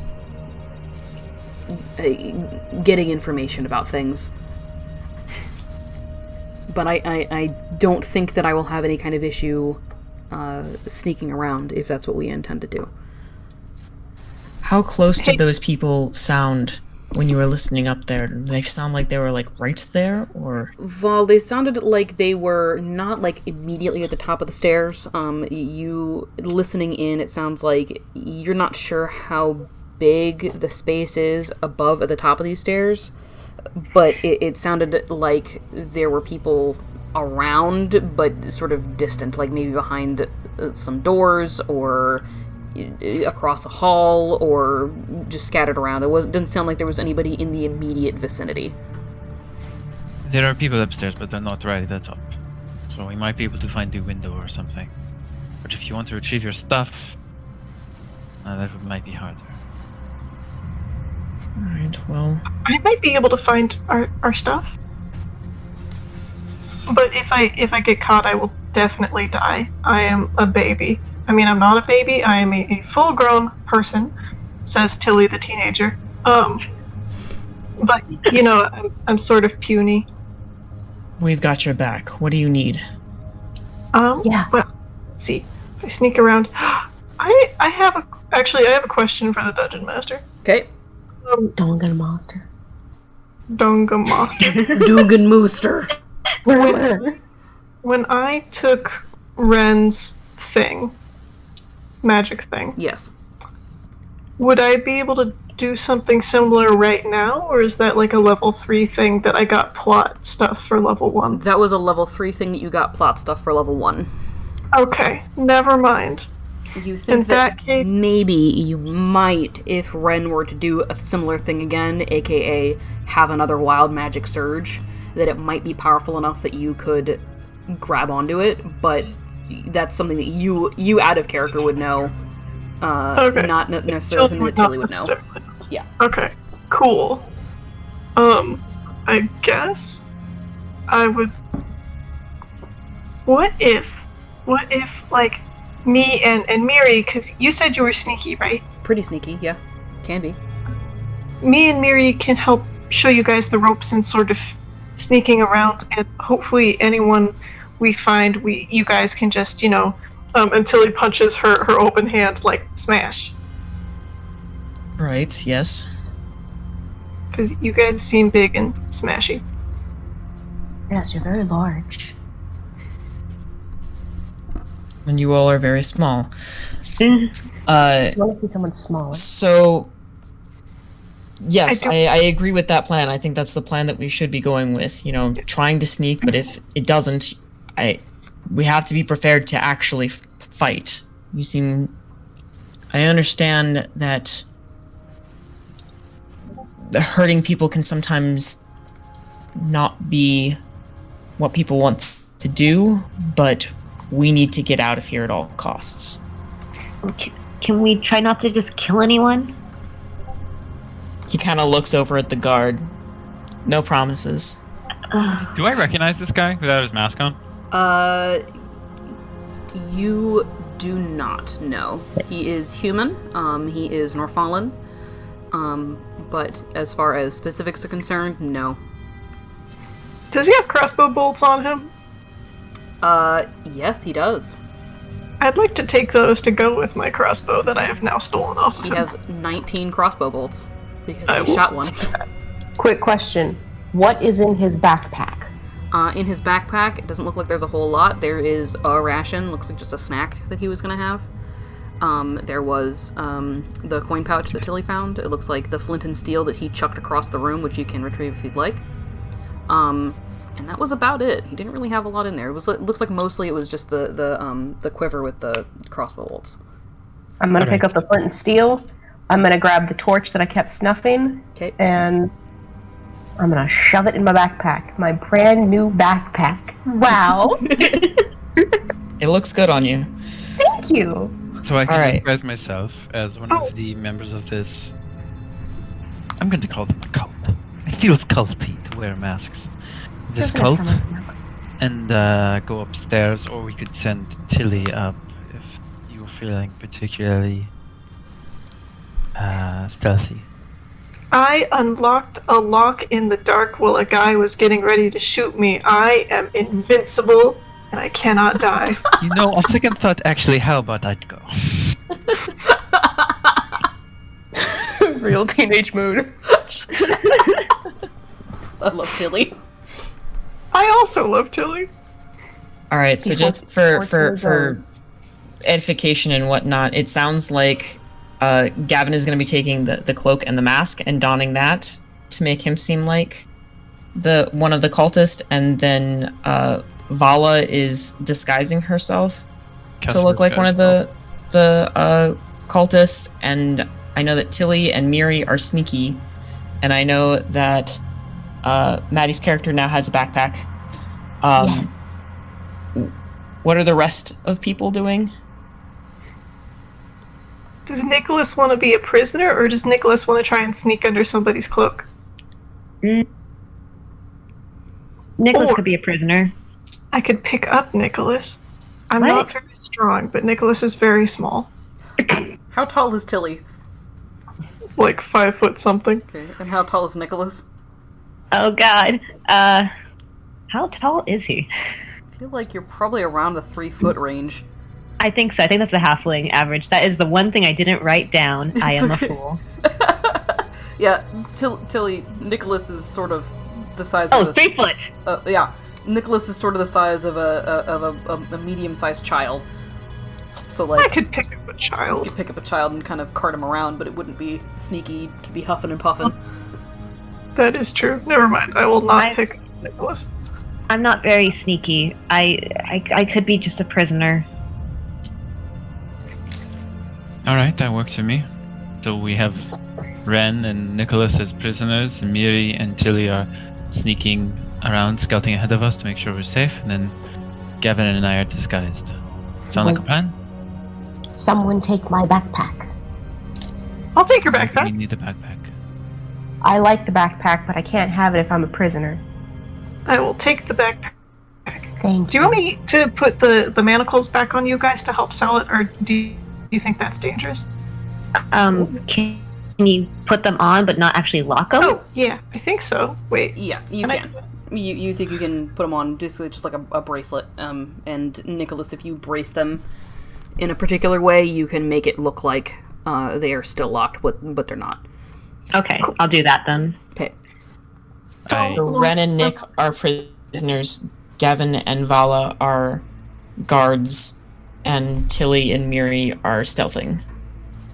Hell yeah, son. Alright, I cast Disguise up to make myself look like in similar garb, but not identical to the guy. Not like completely identical. Okay. So it doesn't look like I've duplicated his exact clothes. Okay. All right. Sounds like a plan. And I don the mask and the cloak. Okay. Great. Sounds like a plan. All right. So, what we are going to do at this point, we are going to now to kind of preface this. You guys are obviously awake and aware. Throughout all of this that's going on, you still feel a little bit drowsy. Not like you're going to fall asleep instantaneously, but you still feel that kind of weird vertigo haze from what you assume is having been drugged for the past you don't know how long. And as a result, you are still sort of in this drug-addled state that is causing navigation to be a little bit difficult. I am not going to be splitting you up, because I don't think that there's any reason to do that. But this is a place that you have never been before. You don't know where the fuck you are. You don't know where you're going. So we're going to be doing a brief maze game. Real quick, Yes. did the guard have any sort of alcohol that he was drinking while he was on shift? He did not, no. He did not. Okay, never mind then. Can I take his Can you take his what? sexy book? Val already has I've that. already dibs that. Well, never mind. Dibs that shit. Don't mind me. I'm just trying to panic make a mini for Miri because I just realized I never did that because I'm a gigantic idiot. I will You're say not. before No. You smart. Thanks. Before Tilly goes and leads the way, Ren is going to bonk their head with their head and be like, "You're gonna do great." Thank you. I'm gonna bonk my head back and be like, that's the correct response to this, right? Yeah. Okay, cool. See, you're the only one that knows how to play that game. Oh, thank you. It helps that I have siblings. Oh, I'm pretty sure yeah. they know how to play that game too. Is Snit Crumbus okay? They kind of like tilt their head to their shoulder. Yes, Snit Crumbus, it's fantastic. He was very worried. It was very rambunctious. Okay. Why is Miri I'm so glad transparent? that he's okay. Snit Crumbus is just kind of like nibbling on your ear. Looks Yes. completely unfazed as to everything that's going on right now, grooming himself, just kind of doing his thing. The rest of you can see this little mouse on Ren's shoulder. Oh, God, I love Snit Crumbus. Yes, they'll take the turn. This is Snit Crumbus, Prince of Fleas. He's royalty. Okay, can we do the introductions once we're out of this? All right, so we're gonna go ahead and do a maze scenario. Like I said, normally for a maze, I would be splitting you guys up. This is an instance where you are not going to be split up. You will be together for all intents and purposes. We can assume that, we have Tilly and Miri that are sort of ahead of the pack, and, all the things that you guys have decided on are still going to be happening. But for the general purposes of this, you'll all be in the relative same vicinity.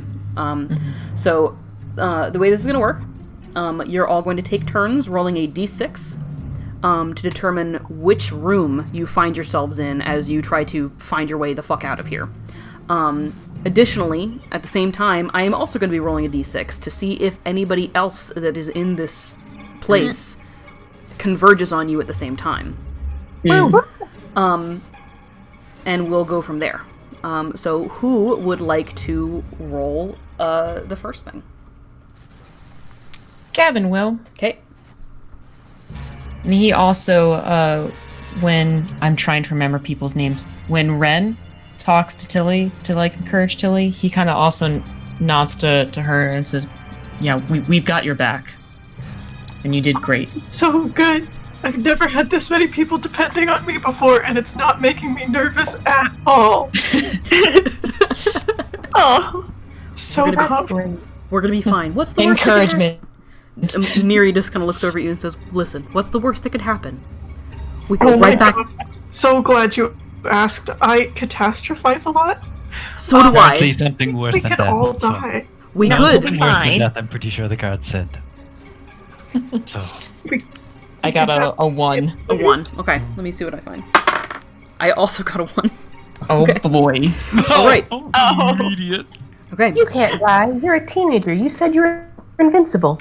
You've got this. So You got I this, swing kid. wildly between immortality and certainty at my own doom. don't we all? That's the biggest mood. Okay. So let me do this real quick here. Yeet. Oh boy. Oh dear. All right. Tilly, as you guys are coming up along this room, you come up on a door. Just kind of listening in the door past you, you can hear the sound of dishes clattering. You can hear the sound of a couple of men talking. Actually, it's a one man and one woman, and they're just kind of chit-chatting. It sounds like every now and then one of them has their mouth full as they're just kind of, having a general discussion. It's probably some kind of mess hall or something like that beyond the door, but you can hear at least two of them in there. I'm gonna turn around and hold up 2 fingers, and I'm going to... Tilly has the most offended look on her face, and she says, "Those fuckers have food." All of your stomachs growl simultaneously. Okay. Do we wanna, how do we want to do this? We should One just- stab them. I mean, We could Well, just turn around and go a different way. But I do want food. So food does maybe sound nice. Gavin and I go in and grab some food. And then And some knives. Oh, I can use knives, actually. No, I don't think we should attack them. I think, The yeah. idea of just grabbing food and leaving and acting like we are already part of the group. I like that idea. Or Yeah. maybe just Tilly goes, because everyone seems to have the same woobly-doo on. Okay. What? So Vala and I are disguised. I think it should be us. it's fine. I'm not dressed like anything. I'm just dressed like me. That was me. My brain was dumb. It's okay. I'm gonna turn over to Vala and just kind of motion for her to follow, and I'm just gonna walk right in Alright, I follow. and go up to the table. I'm not gonna sit at the table, but I'm just gonna try to get it so that I'm grabbing like a plate to go, okay. and just act like I'm already part of the group. I will do the same. Okay, sounds like a plan. All right, so you guys start walking in like you're doing nothing. Go ahead and give me a. Sorry, I had to change the. For some reason, my grid settings were weird and off, so I just had to fix it. Go ahead and give me a. We'll call this a. We'll call this a performance check. Oh no.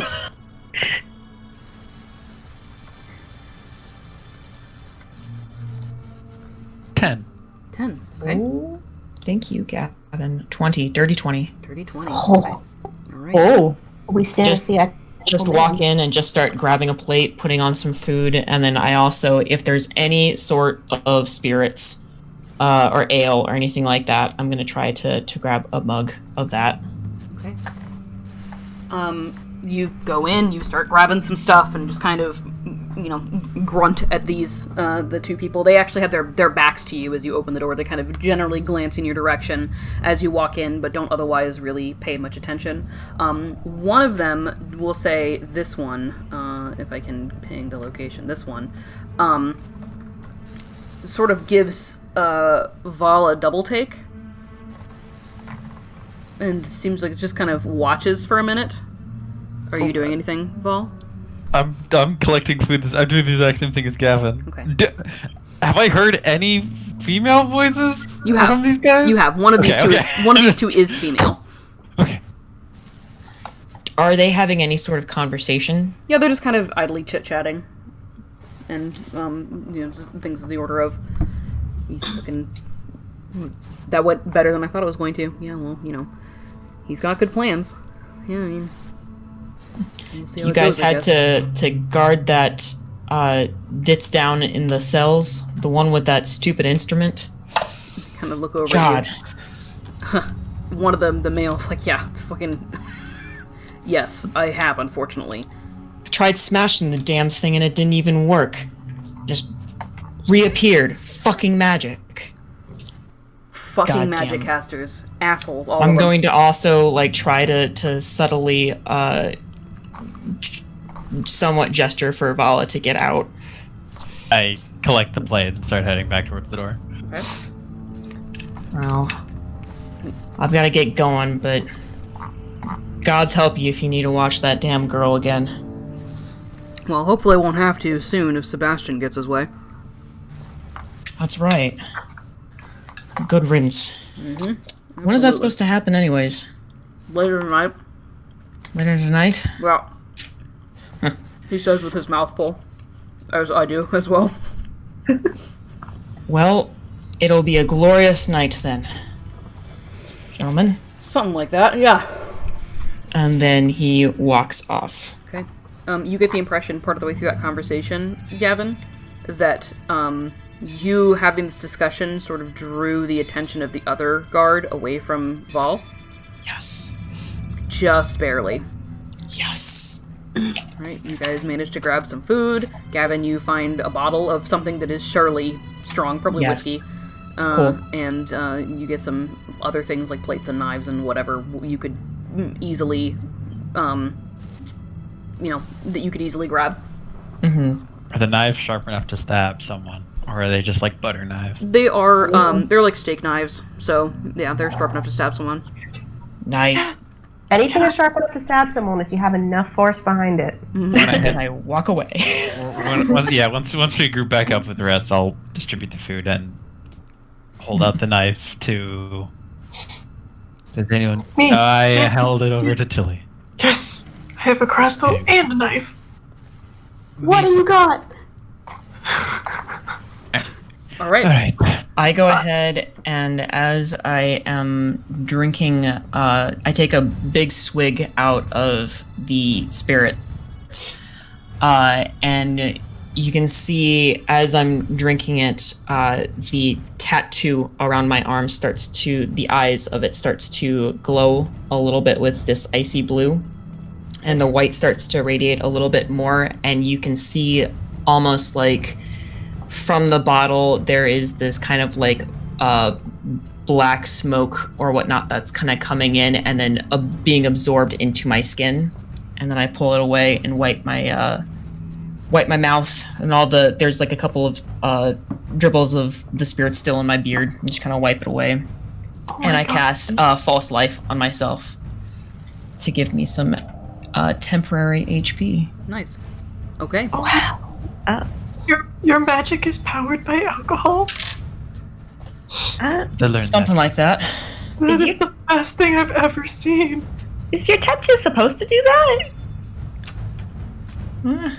Well, it's been doing that for a while. It didn't always, but since being able to do things like, and he casts gust a little bit, and it just kind of like swirls like a little tiny swirl of wind in his hand, and then kind of closes it and it goes away. Ever since I started being able to do that, points at the tattoo and the glowing that has kind of subsided. That started happening. As well as, and he kind of gestures to his hair. Huh. So you didn't always have magic. Fuck no. I'm honestly still trying to get used to it. So we're in the same boat. Cool. I think at this point, I know that Vala, you had actually mentioned something along this lines. Gavin doesn't necessarily have a shirt, but he does have the lower pants and whatnot. And looking at it, I feel like it's possible that some of you guys might actually recognize it as Viridian Night garb. Yeah. Oh, yeah. Oh. Mm-hmm. It's a little bit disheveled and it's a little bit ratty. Yeah, it's something you didn't really notice in the prison because it was dark, but now that you are in a better lit area, yeah, you can tell this is sort of the undergarment, the kind of comfort wear that a Viridian Knight might be seeing wearing. I don't notice because I have no brain. No That's context valid. to understand what that. We should talk after we get out of here. Is there a window in here? There is not a window in here, no. Damn. Okay. I Let's look go to for the it. door that we just came out of, and I look. Is that a hallway to our north? Well, let's go ahead and roll Yep. again. Would you like to do the d6? Sure.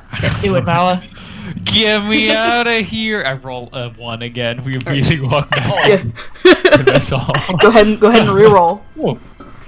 No. I didn't actually roll. Oh, okay. A 4. A 4. Okay. Sorry. Before they go, the Ren's like, I need to find my things. You go into the other room, and you find yourself in a kitchen. Is there anyone in the kitchen? There is no one in the kitchen. Oh, good. I will immediately raid the pantry. You start raiding the pantry, We're getting your just grubby stealing little- all of their food. That's Is fine. This Skyrim? Is this? Is there any fine silverware that they have for like fancy occasions? No, there is not. And the more that you look around, this place looks like it's fairly like dilapidated. Like the room that you were just in, the sort of mess hall area looks like it was, there were things that have been made to look a little bit nicer and have been organized, but there is still a lot of dampness, a lot of mildew, some moss just kind of growing in around. There were minor holes in the ceiling where you could see the night sky above, just very small ones. And it looks like this place is fairly run down, as does the kitchen, which is functional and has food in it, but you don't find anything that looks particularly fancy. I don't know if right now is the best time to be raiding. I think we need to focus on trying to find our stuff and getting out. I mean, food's always useful. Tilly's gonna pull her head out of the pantry and she has bread or meat or jerky or whatever stuffed in her mouth and she goes, "Arr?"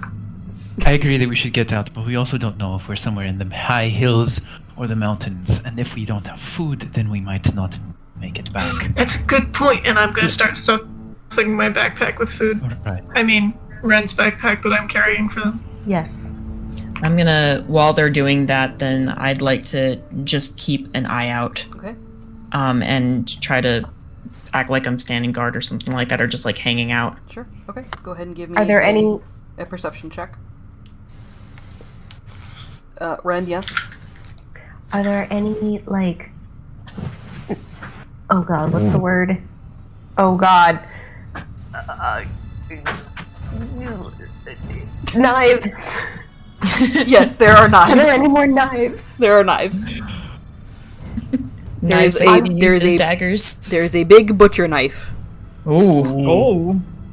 I'm just gonna look at that and be like, oh, I had something like that. And picks it up and like, what do you guys think? And just smiles big with a little gap between her teeth, just... You had something like that prior? I'm just kind of looking at your frame. Yes. Alright, then. What? I know you said there is... I got an 18 on my perception. Cool. Give me just a second. Yes. Val. I know you said there isn't like anything silver or fancy in here, but what is the nicest thing that is in here? What is the nicest thing that would be in here? There is... Candlestick? I don't know. I'm just spitballing. I'd say that there is a... Is it my knife? Decently... well, the knife is pretty nice. There is a decently nice looking picture. It looks like it's engraved, not with any like name or anything like that, but it's with patterns and things. It smells of alcohol. Yeah, it looks a nice little picture. Does it have liquid in it, or is it corked at the top? Or? At the bottom, you can see a little bit of liquid, but not much. Maybe like a quarter of an inch. Okay, can I just quickly smell it once more to make sure it's actually alcohol, then drain it, and then just tuck it away? Sure. Yeah. It is definitely just alcohol. It smells like alcohol. Right, Oh drain god, it, I tuck love... it away. Okay. All right. Sounds good. Okay. Ready to keep moving? Yeah. All right. We will say that you have gotten, we'll say 10 rations Yes. out of this. All right, who wants to roll next? Ignore a 1 and a 5. Me, 4. I'm filled with rage. Okay. Do it! Scrappy. I made a mistake. I don't know how to roll with D6 on D&D Beyond. On the bottom left, there is a small picture of a D20. If you click on that, it'll bring up a list of the dice that you can click on. And then you can just click on like them multiple times if you want to roll lots of D6. I rolled a 6! Woo! 6. Tilly, your magpie senses are tingling. Hell There's yeah, some so- stuff nearby. You don't really know exactly how you know it, but you fucking know, and you turn around a corner and you open up a door and oh my fucking god, you have found the room The stuff. with your stuff in it. Just like a small storeroom. It doesn't look like it really has a lot in it except for your stuff. But you do find your stuff initially when you go in there. You can see whatever kind of gear you would have been carrying on you. But there is some other various accoutrement around. And as the rest of you kind of pile in, you can see that there is the rest of your shit as well. I am grabbing my knives, and my short bow, and my short sword, and my leather armor, and all of my shit, and my thieves' tools. You just see Almost. Gavin's like eyebrow just going up and up and up. as it just watches you acquire all of these things. It's like that thing where they like remove all of your weapons and I keep taking stuff out except for it's in reverse. It's perfect. I retrieve my coin purse, my component pouch, and my dagger, and I swear under my breath. Smash cut Right. to, are you sure you don't want to bring your spellbook with you? Are there any, I know this is the things where people's stuff has been kept, but is this also like an armory for the people that are here? Like a cache for their stuff as well? That's a good question. It looks like it could be used for something like that. You see that there is, we'll say, one short sword in there, and looks like a thing of arrows as well. You get the impression, just based on the way that the two people you encountered in the mess hall were looking, the people around here carry their stuff with them. You know, they were, the people in the mess hall that you saw were armed with, you know, various weapons. You don't get the impression that they really have a need to store it around very much, just based on the way that they're dressed. Okay. I will just grab a random short sword. Okay. All right. Yep. And then to just look like I'm ready. Okay. Ren grabs a backpack that looks more in line with the clothes they're wearing. You know, and the backpack comes with all the backpack things. You see them pick up a crossbow and several bolts, 2 large daggers, and they look at the kitchen knife, and they look at their daggers, and they look at the kitchen knife, and they look at the daggers, and they put all 3 in the backpack. And they grab, if it's probably just yeeted on the table, there is a very fine silver chain. It looks pretty long, like a really long necklace, with sort of like it's not tiny, but it's not large, like a medium bauble at the bottom that looks like a silver lantern with little gold beads inside, and they hold it up. And you can see kind of like little blue sparks at their ears as they like concentrate on it, and the inside the lantern flashes several different colors before they put it back on and tuck it in under their clothes. Magic casters. Rave. I think you're a magic caster as well now. Can I quickly just check the room to see if there's anything left from previous magic casters that I can make use of? Sure. Go ahead and what I will say is you can look around, based on the information I'd given earlier for Gavin giving a glance around. You don't really see a lot in here. It looks like it's pretty barren. I think we're the prisoners, unfortunately. I don't know where the rest of the items have gone. I was hoping that person who was taken away before us might have left something. No, it was a good idea. People give him his stuff back. I don't think he got his stuff back. Nicholas, for what it's worth, you do find both of your necklaces. All right, you see Nicholas put them on pretty quickly. Just double check them, make sure they're not injured or harmed in any way, no dents or anything, and then see him slip a ring back on his ring finger.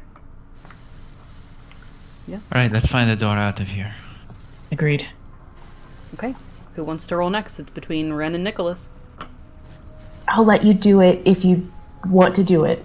I will do it. Okay. So you were looking for a 2, a 3, or a 4. Ooh, I rolled a 5 again. Okay. 2. 2. Okay. You start sneaking around a little bit. Again, go down a different hallway, turn a left, see a door, looking just for any way out, and you kind of creak the door open just a little bit. It's dark in this room, and you start to hear the sound of snoring.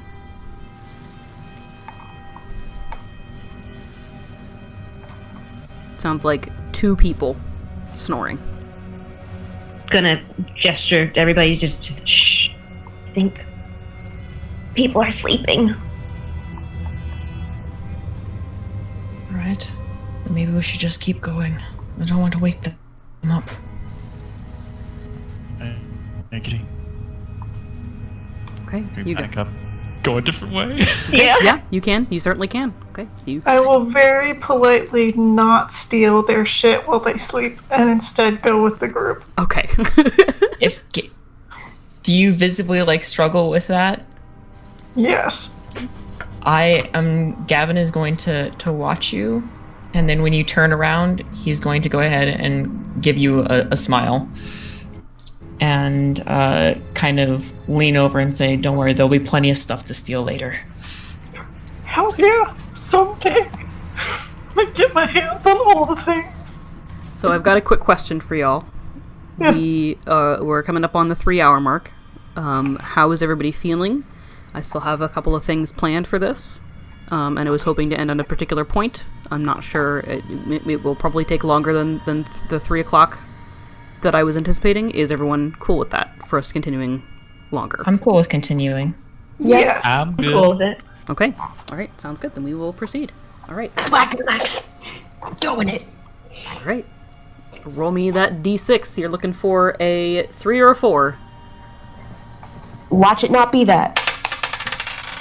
It's a 1. Okay. Roll again. 6. Oh, that glass table. 1. 4. 4. You find a privy. Oh, okay. Does anybody need to go? I mean, gonna be a try long trip crawling down afterwards. the privy. It's sure to lead outside. Yeah, is there a window in here, to air it out if someone, really drops one? Or is it just rank? The privy was mostly just, I was like, what else could I add into this fucking place that they could run to? I know. A bathroom. That's it. With that, you guys search around for a little bit. You open the door, basically immediately close it. There is nobody sitting on the toilet, a la Jurassic Park. You go through the house for a little bit, or you get the impression it's some kind of mansion, old and dilapidated, and, not very well used, it looks like, only recently used. And there's not a whole lot of windows in here? There's not a whole or lot have of... they been boarded up? It looks like most of the windows have been, very boarded up. Every now and then you'd pass one, but it's one of those things where you are occasionally seeing guards pass by. You're just barely managing to, whoop, stop, as you are... as they're passing. And you get the impression that it would be very noisy for you to pull these things off the windows and get out. But after a little while... Wait, can we rewind really fast back to the privy? Sure. I would like to use it and deliberately miss the privy. Sure. I would like to make a hot mess Sure. in all the places. Okay. And then I would like to kick everyone out of the room before I do this, so I can have some privacy to ruin the privy. We're not going to be in there when you No. No. That room stinks. And then I'd like to do something. Hold on. While holding your breath. If we're all just standing outside, I don't know who Ren's standing next to, maybe Gavin, and they just kind of lean and they're like, "Where I used to live, people did that too." And just leans back and stands there with a smile on their face. Go to the privy? I'm sure a lot of people do. No. Tilly's gonna come out pulling up her pants. It smells real bad in there. Did you take a good shit? This is Dungeons and Dragons, everybody. Scanlan Shorthalt in my campaign, it's more likely than you'd think. Oh, fuck. Thank you for waiting. This was very important to me. No problem. Do you feel better? It's not about me feeling better, it's causing them a mess. Oh. But Yeah, yes, I that's feel better. definitely what people used to do. Alright, door. Let's find it. Alright, you guys move around for a little bit, and you do eventually find a door. It's a little bit drafty, and you can hear the sound of water outside. Not trickling water, it sounds like more like waves, gentle waves. And you open the door. You can see that you are standing on the front stoop of a large mansion. that itself rests on the top of a hill that is in and of itself an island, a rocky island. It's a small island, so from you get the impression that probably from the top of this from the top of the mansion, just kind of doing a general look around, you could probably see the entire island from the top of the mansion. It's very small, and off in the distance, way off past the waves across the water, you can see the outline of the shore, probably a good half mile away. I can't swim. I don't think anyone can really swim 1.5 miles reliably. There's got to be some sort of boats or rifts or something like that. We could float. I don't think that'll work in the long run. I don't think I can float. Go ahead and anybody who is native to Norfall, sans Ren, because it wouldn't count for reasons. So I guess it would be Nicholas, Gavin, and Vol. Go ahead and give me a nature check. That was eerie because I heard the dice fall as my dice fell. Oh, wow. Yeah, I heard that too. I got a 15. 15. Vol, you got a 6, For you Gavin. said? Mm-hmm. I got 7. 7. Okay. Gavin, you're really the only one who picks it out. You are pretty sure that, just based on your understanding of where you were picked up, how long it's probably been, and just a couple of factors like that, the only place that you could have been taken to that would have water of this expanse and a shore that close is probably Lake Fathom, the lake in the center of Norfall.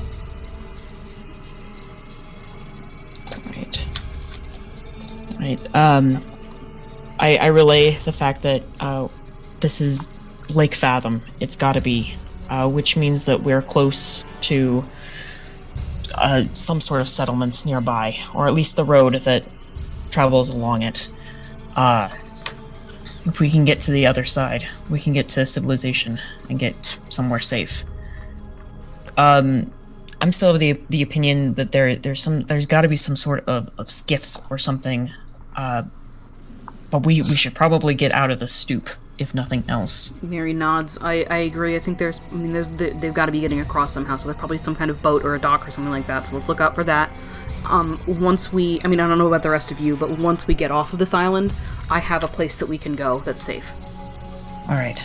Well, let's get off this island, and then we can worry about that. Okay. Let's head towards the beach, and try to scope out the sides.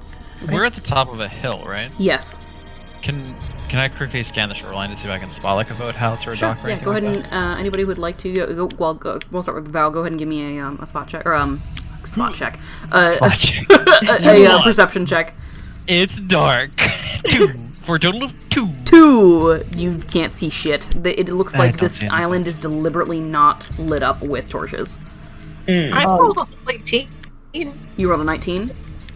18. 18. Okay, yeah. Looking down a little bit off to one side near the ridge, there is a sort of sloping pathway that leads down to some like a rocky area, and you can see that there is a dock with a rowboat, just kind of gently bobbing in the waves, and you can see that there are a pair of guards standing there as well. Question. Yes. Have I seen a boat before in real life? Yes. Okay. You might not have used them often because you haven't really needed to. There's roads, but yeah, you've seen boats. Gavin's gonna go ahead and, when you point that out, ruffle your hair and say good job. Thank you. Wow. Can I look at the horizon line to see if, because they said it was later. Earlier the guard said later tonight, and I'm assuming that it's dark out right now. Yes, it is night. Yeah. So could I scan along the horizon line to see if there's any lights from a city or a settlement on a shore to help like direct us with where we should go? Sure, give me a perception check. Y'all know what's fucking coming.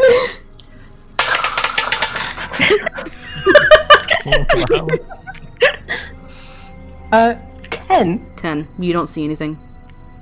Wow, it's really dark out here. Oh wow, look at this grass, you guys. Alright, let's make our way to the boat. And Yeah, I'll try to stay quiet. take out the guards, because I don't think we can sneak a boat away from the guards. Probably not. Alright. And then go ahead and slip into... Is there any kind of, like, trees, or is it like, open island? It's pretty open. There are some sparse trees, but they're very low trees, and they're not very wide. Okay. Are there any guards out here? Yes, you can see that there are 2 guards over by the actual dock itself. Okay. Are they looking in our direction? It seems like they are just kind of generally chit-chatting. One of them is... They looks like they're kind of lax in what they're looking around at. They are sort of... One of them seems like they're kind of generally looking toward the keep, but they're regularly turning to talk to their friend off to the side. The other one is just kind of watching out, looking out on the shoreline, and gesturing out across to the opposite shore. Right. And how far away are they from us? Are they, like... Because at first I was thinking, like, at least, like, 1,000 feet away. Yeah. But is this more like 100, or... They're a good, I'd say, maybe, like, half a football field away from you guys at this point. Okay. Okay. As we start moving away from the house, can I just look back at it? And does it look like more of a religious enclave, like an old monastery? Does it look ruined? Is it more of like a noble house? Does it look more like an old farmer's house? What kind of structure does it look Sure. So it looks like it was probably an old noble's house, or something of that nature. You can see that there is a tower off to one side that has been utterly fucked. The entire place looks like it's overgrown. It looks like it was probably once very well manicured and nice looking, and you can see, the docks on the, that you're heading toward looks like they were probably a lot more expansive than they are now. Mm-hmm. You get the impression this is probably a small settlement for, like, a small lord that used to control this area before the Outsiders War, and was subsequently fucked over when the Outsiders War happened. Okay. Cool. Just continue sneaking with the group. Okay, sounds good. I would like everybody to go ahead and give me stealth checks. Yes. The other thing, Vol, that you can see looking back toward the house is that there are occasionally people patrolling on the, there's a second floor, and you can see that there are some people patrolling past some of the windows. But this looks like the second floor windows aren't boarded up. Mm-hmm. And there's a couple of people up on the roof in these parapets. They're aimed with crossbows. Okay. So, let me get out a thing here. Gavin, what did you get? I got a 13. Okay, and then Nicholas. 13. Okay, and Woo! then 13 club. Vol. 14. Okay, and Tilly. Okay, hold on. Sorry, I ran off to go save the dog from himself, but That's I'm okay. back. A 20 stealth. 20, okay. Not a natural. Alright, Tilly. And then Ren. 25. 25. Alright. You know what's funnier than 24? 25. Okay, that is an average of 17 stealth, everybody. Woo! So, I need that math fast. you guys start heading on down toward the docks. You're being very careful. You're using the shrubbery to your advantage to try to keep low. Being very, Gavin's very gonna go quiet. ahead and, as we get up to them and try to settle down, I'm gonna turn over to Vala and ask, should we actually... Is it a stupid idea to just go and relieve them? Since we're dressed?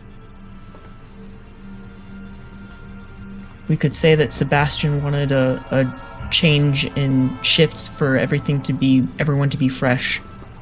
We could try that, yeah. As long as Sebastian isn't guarding the docks for some reason. But yeah, let's try it. In worst case scenario, they see through it, we have to kill them. But... Right, everyone tuck yourself away into the bushes so they don't see when they come back up the path. All right, let's do this quick because I think the disguise is going to wear out eventually. Right. Okay. All right, sounds good. You guys head on over. Saunter on up. Saunter on up. All right. They kind of see you approach, kind of look at each other, kind of concerned, and oi, what's going It's on? no problem. We're just here to relieve you. There's been a change of shift. Sebastian wants everybody to be fresh. We kind of look at each other. It wasn't supposed to be another change in shift in 4 hours. We just changed shift. Oh, take it up with Sebastian. Give me a deception check. Okay. Come on, Gavin. A 16? 16, okay.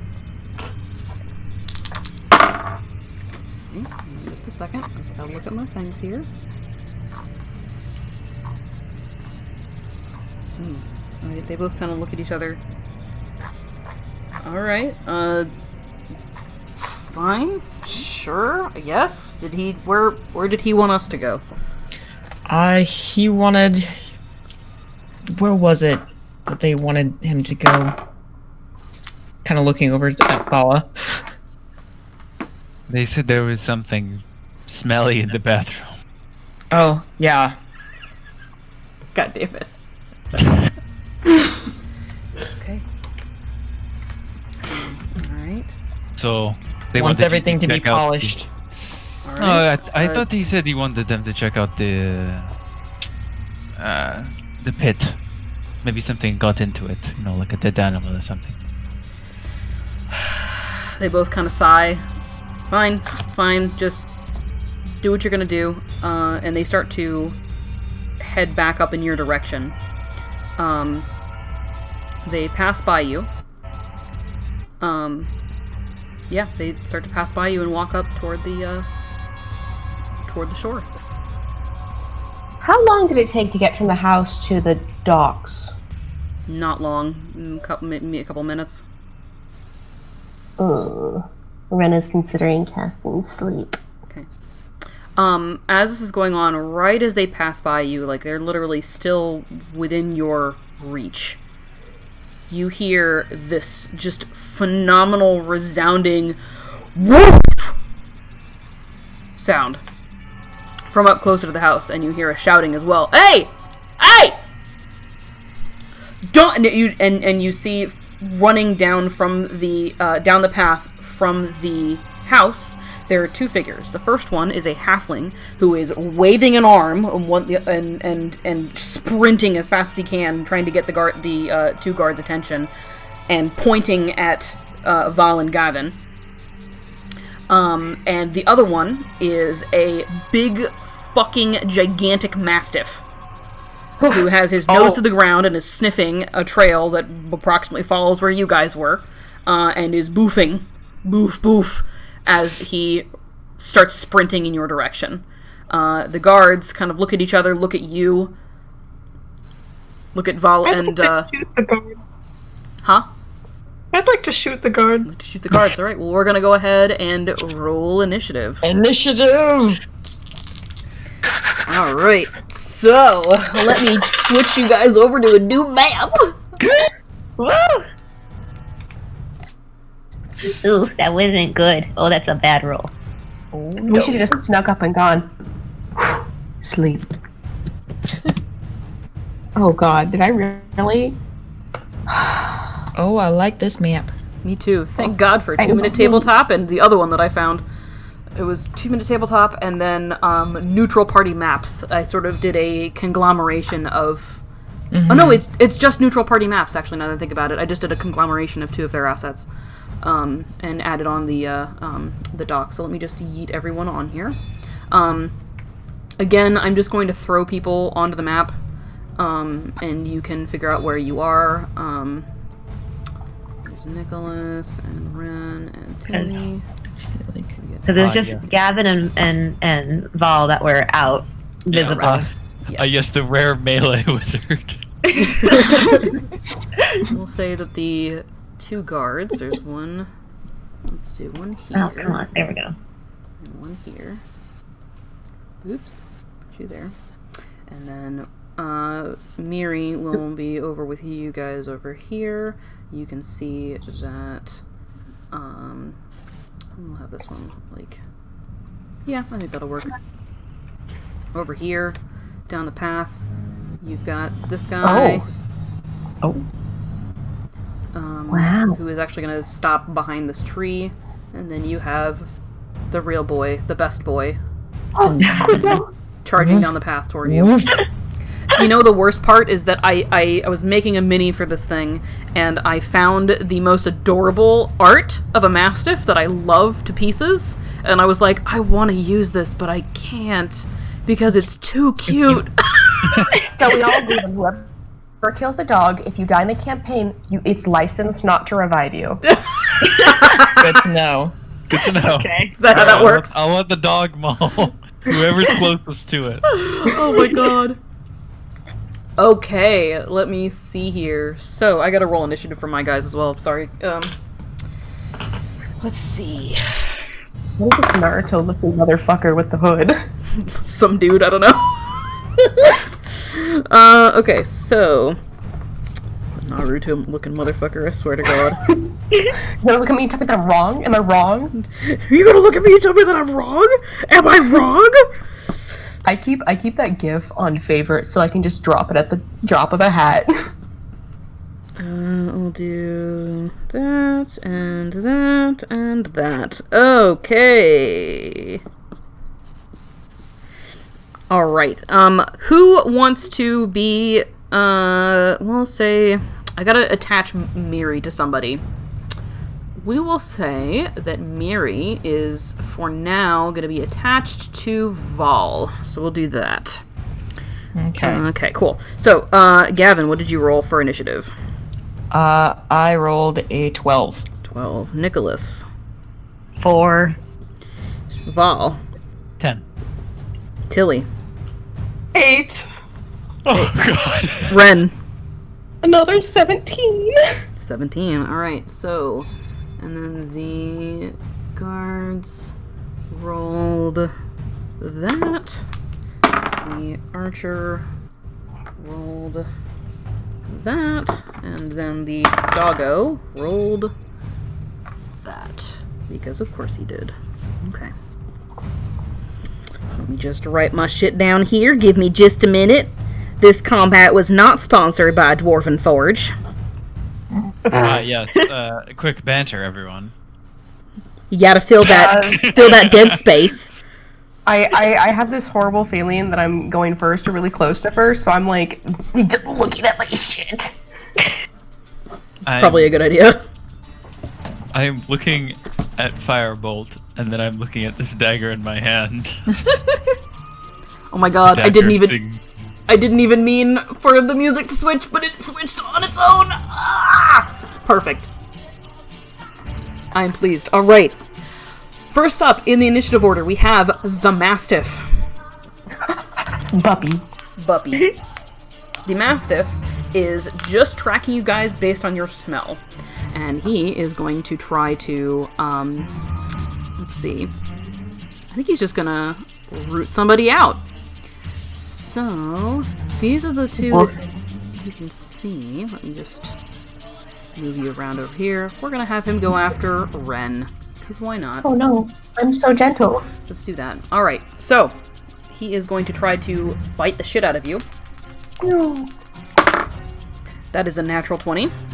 Oh god. Oops. Okay, here we go. So I'm killing the dog, you guys.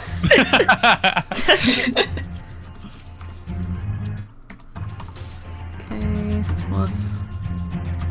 Alright. What is your maximum health? It's like 9, right? Yep. Okay, you take enough damage, you are down at this point. Oh god. I'm like, I got this. How?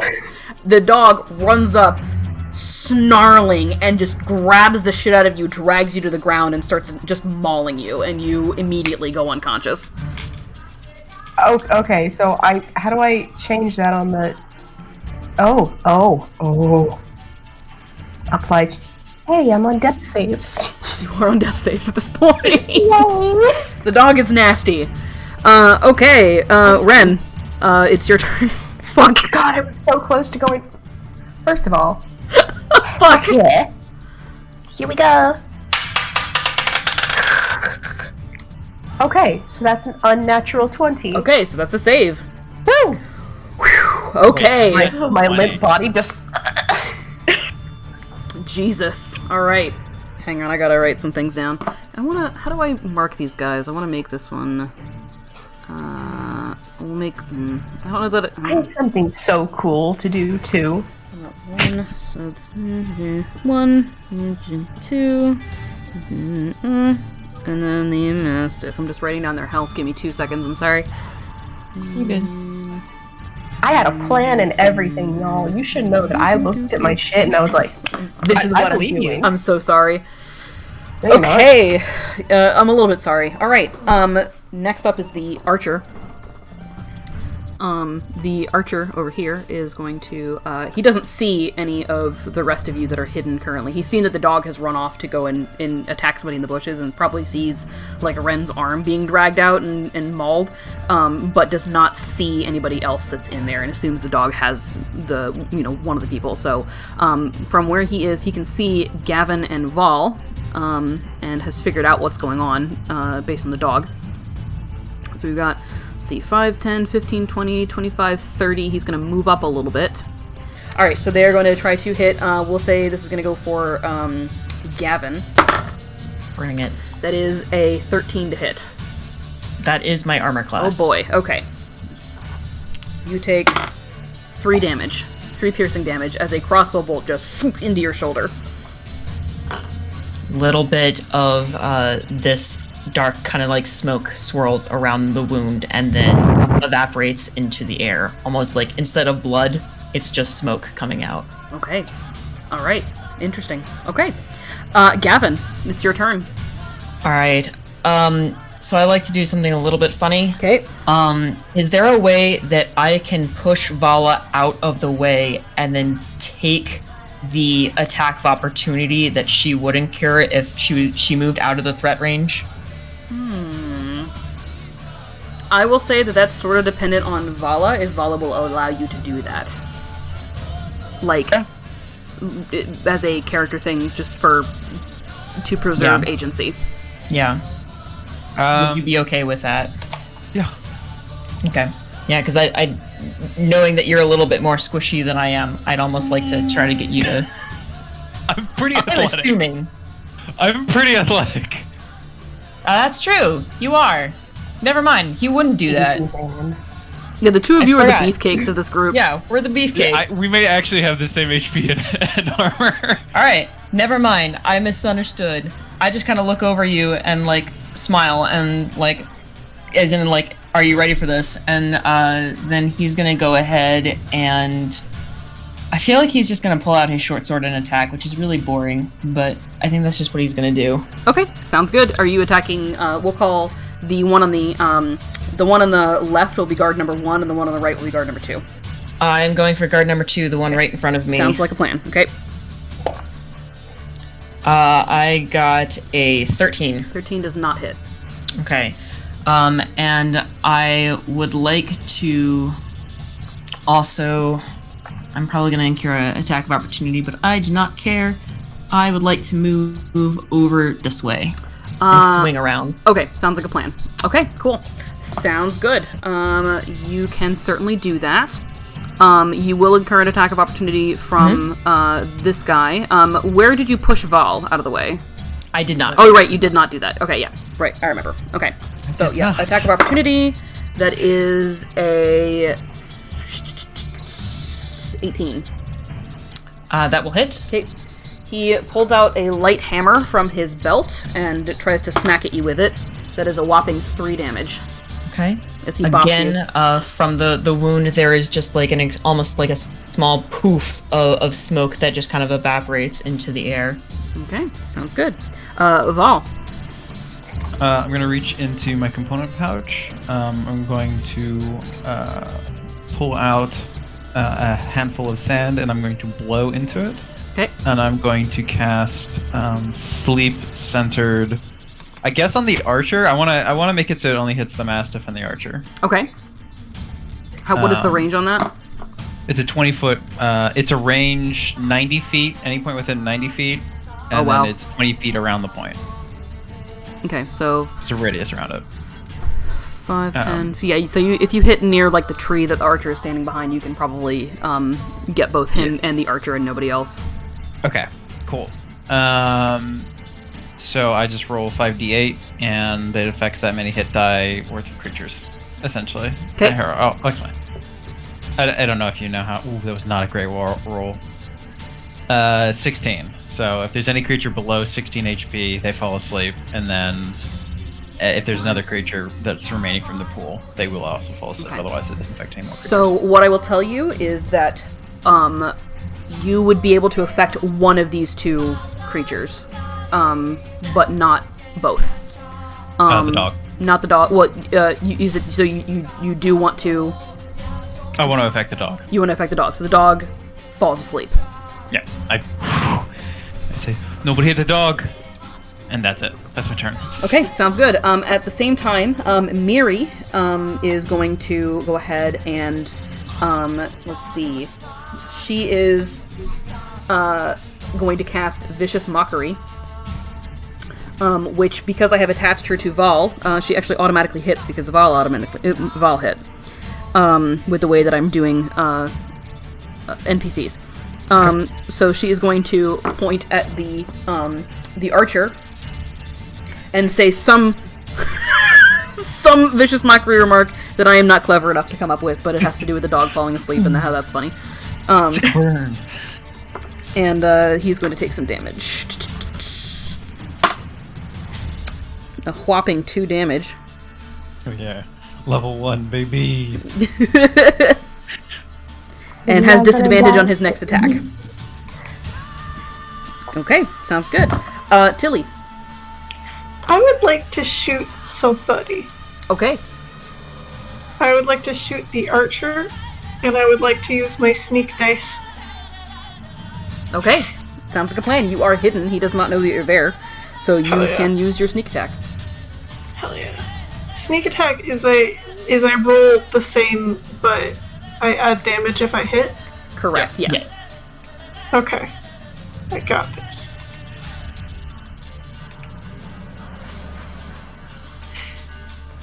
I rolled... What is my... Okay, I rolled 18. 18 definitely hits. Go ahead and roll damage. Yes! Oh my god. Okay. I'm shooting with my short bow. That is 7 plus my sneak attack damage, which is 3. So I do 10 damage. 10 damage. Okay. Alright. He is not looking so hot as you pull out this crossbow and just right into his chest, but not quite in his heart. And he cries out in pain. You can hear that he's shouting, like, "They're over here! They're over here! Fucking get out here right now!" And just, like, shouting that back up toward the keep. Okay.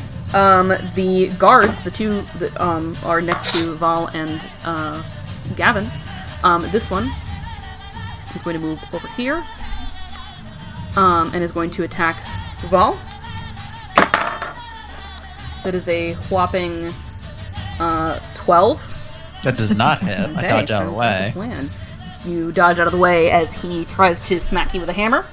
The other one is going to move just here, I think.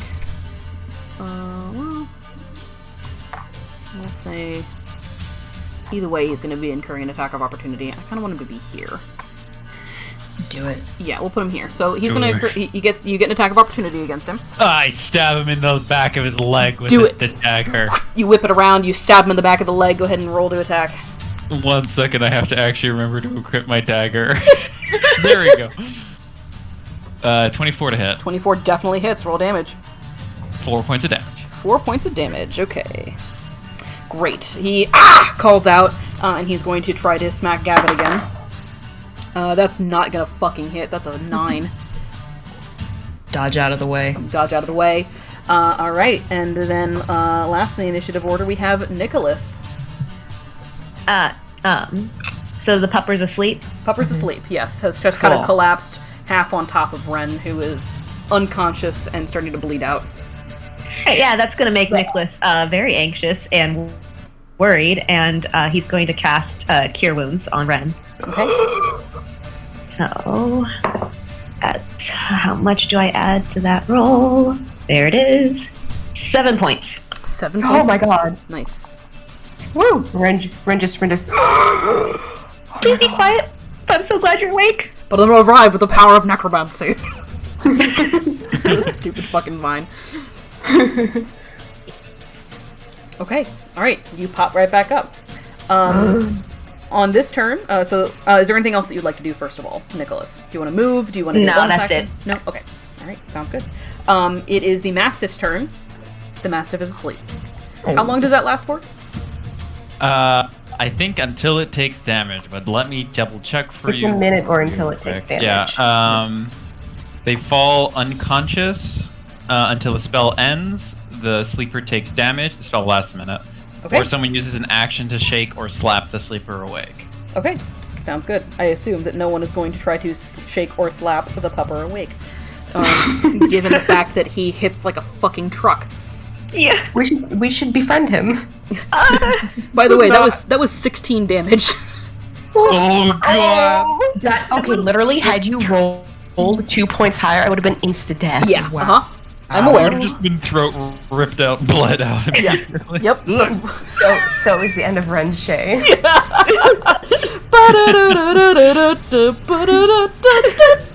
Just quick speed run.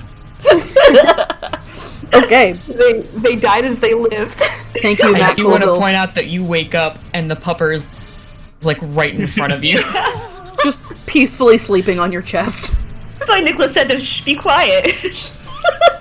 I assume it's my turn. It is your turn, yes.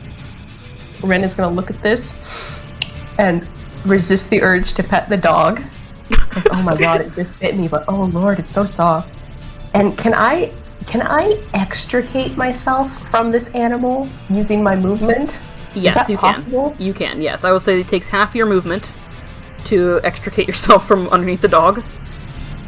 And then I will crawl on my hands and knees. Pat over here. Okay. I will just crawl on my hands and knees and just lie on the ground. Okay. And I'm going to use my I'm looking at this and I sort of just gather up all my energy and I'm going to use my Tides of Chaos. And then I'm going to cast Chaos Bolt at I don't like the fact that this guy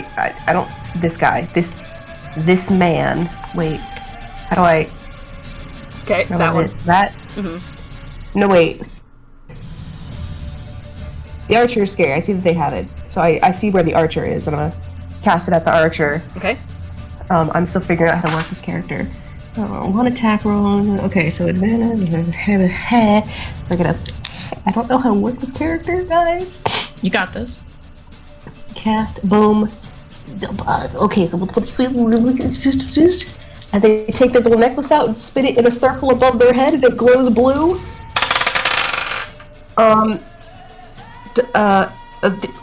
Does a 26 hit? 26 definitely hits. Go ahead and roll damage. Fuck. Okay, so the blue dice is the damage type. Okay, so that's 8 fire damage. 8 fire damage to the archer, you said? Yeah. You incinerate him on the Ooh. spot. Oh. I wave my hand in the air and go, bye-bye. You just hear this awful as he starts to burn to death and just kind of crumbles to ash as he's incinerated. I knew a man who did that once. Okay. That was insane. But yeah, I'm gonna use the description of Tides of Chaos. I trust Because you it on it. can- My dad has been using Tides of the Chaos for his wild magic sorcerer as well, so you good. I don't know how to use it. All right. Yeah, I don't remember how to use it either. We'll figure it out. Anytime essentially you could have me roll the wild magic surge table immediately right, after I yes. cast it. So the way that I typically do wild magic for your benefit is anytime you cast a spell that is not a cantrip, you have to roll first a d20. A d20, and if you get a nat 1, then you wild surge. Okay, well it was a 5, so it doesn't matter anyway. So yeah, you're good. So yeah, just as a general rule, anytime you're casting a first level or higher spell, the first thing you need to do is roll a d20 to see if wild magic procs. Okay. Okay, sounds good. Alright. The archer is dead, so he can't do anything. It is Gavin's turn. All right, Gavin is going to go ahead and, seeing this guard move in front of him and trying to parry around him, he's going to start speaking some incantations, and his arm is going to the dragon on his arm is going to start to glow again, and his eyes start wafting this almost like blue smoke like vapor from it as they too start to glow. And he's going to raise up his hand at the person, and he's going to cast Chill Touch on them. Okay. That is a oh, dirty 20. Dirty 20 hits. Go ahead and roll damage. Oh, nice. This one. This guy looks hardier than the other ones. He takes 5 damage and is not able to heal himself until my next turn. Interesting. Okay. All right. As I raise up my hand to him, there's like a black and bluish kind of like a spectral hand that just shoots out towards his neck and then grabs him in a chokehold around his neck and seems to draw forth smoke from his body, from his pores, that just kind of like are leached from his pores and then are absorbed into this hand before it just kind of like billows over him like the watery kind of like smoke and evaporates into the air. Nice. Nice. Fucking boss. All right. Anything else you want to do? Or is that your turn? I have no bonus actions as this character. That's fine. Val. Okay, I am going to... Good question. Do I have 2 knives? From our large collection of knives? Great. I'm going to draw the second knife, and then I'm going to try to slash this guy. I'm going to move up behind him, and then I'm going to try to stab this guy with my first knife, and then I'm going to try to stab him with my offhand knife. Okay, go for it. Stabby wizard. Alright, first attack is a 13 to hit. 13 does not hit. Okay. I think the second... I can still add my proficiency to the attack roll for the second attack, right? Correct, yeah, it's just not... doesn't get... Yeah, the damage doesn't get increased. Correct, yes. Alright, I think that's a 3. Does not hit. Yeah, okay, so I missed with both. Cool. All right. Cool move though. Oh yeah. Yeah, Dual wielding wizard. Real hot. Dagger proficiency, go! Yeah, I'm a sorcerer that punches. Jeez. Miri is going to cast Vicious Mockery again. That is her signature attack. This time on the guy that just tried to hit Gavin and just be like, "Ha! You missed!" And he has to make a Wisdom saving throw. In this case, let's see. So that is Wisdom for that guy. He fails. He takes 1d4 psychic damage. Whopping 2. Oh yes. To the brain. Plinking him. Okay, sounds good. And that is gonna be Miri's. This is Tilly is up next. Yay! Tilly is having a panic attack because she's never seen a man burn alive before. So she is going to whip around and shoot this guy. The dog. With her Time to attack the dog. No, please don't attack the If you are dog. attacking the guy that is next to Gavin, then you will not have advantage. So you would not have sneak attack. Oh no, No, she would have sneak attack Right, because 5 feet, they're yep. engaged. Yep. And if you try to shoot like a ranged weapon at the one in between you and Vol, you actually have regular because it'd be at disadvantage. Correct, yes. Yep, I forgot about So- you have to have an ally in 5 feet. So yep, you still get advantage. Yeah, I don't even know how to play Dungeons Or and sneak attack. Dragons. I do not Listen. know how to play Dungeon and Dragon. Instead, I will try to knife the guy that Val has been trying to knife. Okay. This guy's just getting jabbed at by 3 different steak knives. Oh, Guardians of Just the getting Galaxy. butter knifed to death. Except he hasn't taken a single hit yet. I know. She's like, what did they crafty. fucking get these butter knives? These don't work. The house is gonna wake up and find 0 prisoners, 4 dead guards, and no knives. They're gonna wonder what happened. It. You rolled So a buck I'm to hit not- him, sorry. I rolled a whole 10 to hit, Oh, yeah. so I'm not having a good day. Yeah, that does not hit, unfortunately. Is there anything else that we'd like to do? Even with advantage? Oh shit, fuck it, damage. Crap. Son of a bitch. Got you. I got you, Tilly. I was thinking Got it you was back. 20. Woo! 20 hits. There you go go. ahead and rolls me some damage. Okay, do I add piercing? Wait, no, sorry, do I add sneak attack again? You do, because you have advantage to hit. Oh my god. Yes. And an ally that is engaging Was the it a target. nat 20? Yes. No, I have a whole 8. Whole 8 damage? Yeah. Great. Okay, sounds good. Okay, he's And then finally I taking would some like- damage. Can I disengage? Disengage is a bonus action. I don't think you can, or I don't think you can disengage as a bonus action yet. Okay, cool. I think that's something you can do at 2nd level. I will stay where I am. Okay, sounds good. Let me just confirm that. Yeah, if you look at your sheet, there's a thing called features and traits. And it'll have a thing called class features, and you can look at them, and it has fun things. Yeah, that's part of cunning action, I'm pretty sure, which is a, that's a 2nd level feature. So right now it's an action to disengage, so that's fine. Okay, you stay right where you are. The guards are going to attack. At this point, they have realized that there is more going on than they were expecting. Tides have turned. The turns have tide. Hi. This guy is gonna still go after Gavin because Bring Gavin's it. right there. That is a 18 to hit. That will hit. Okay, so you take... Fuck. You take 3 damage. Okay. You see a little bit of the smoke evaporate out from the wound, but this time there is actually blood, and when the weapon pulls away, there is actually a mark on his skin. Okay. Alright. And then the other one is gonna whip around and attack Tilly because Tilly just stabbed him. However, that is a whopping 9.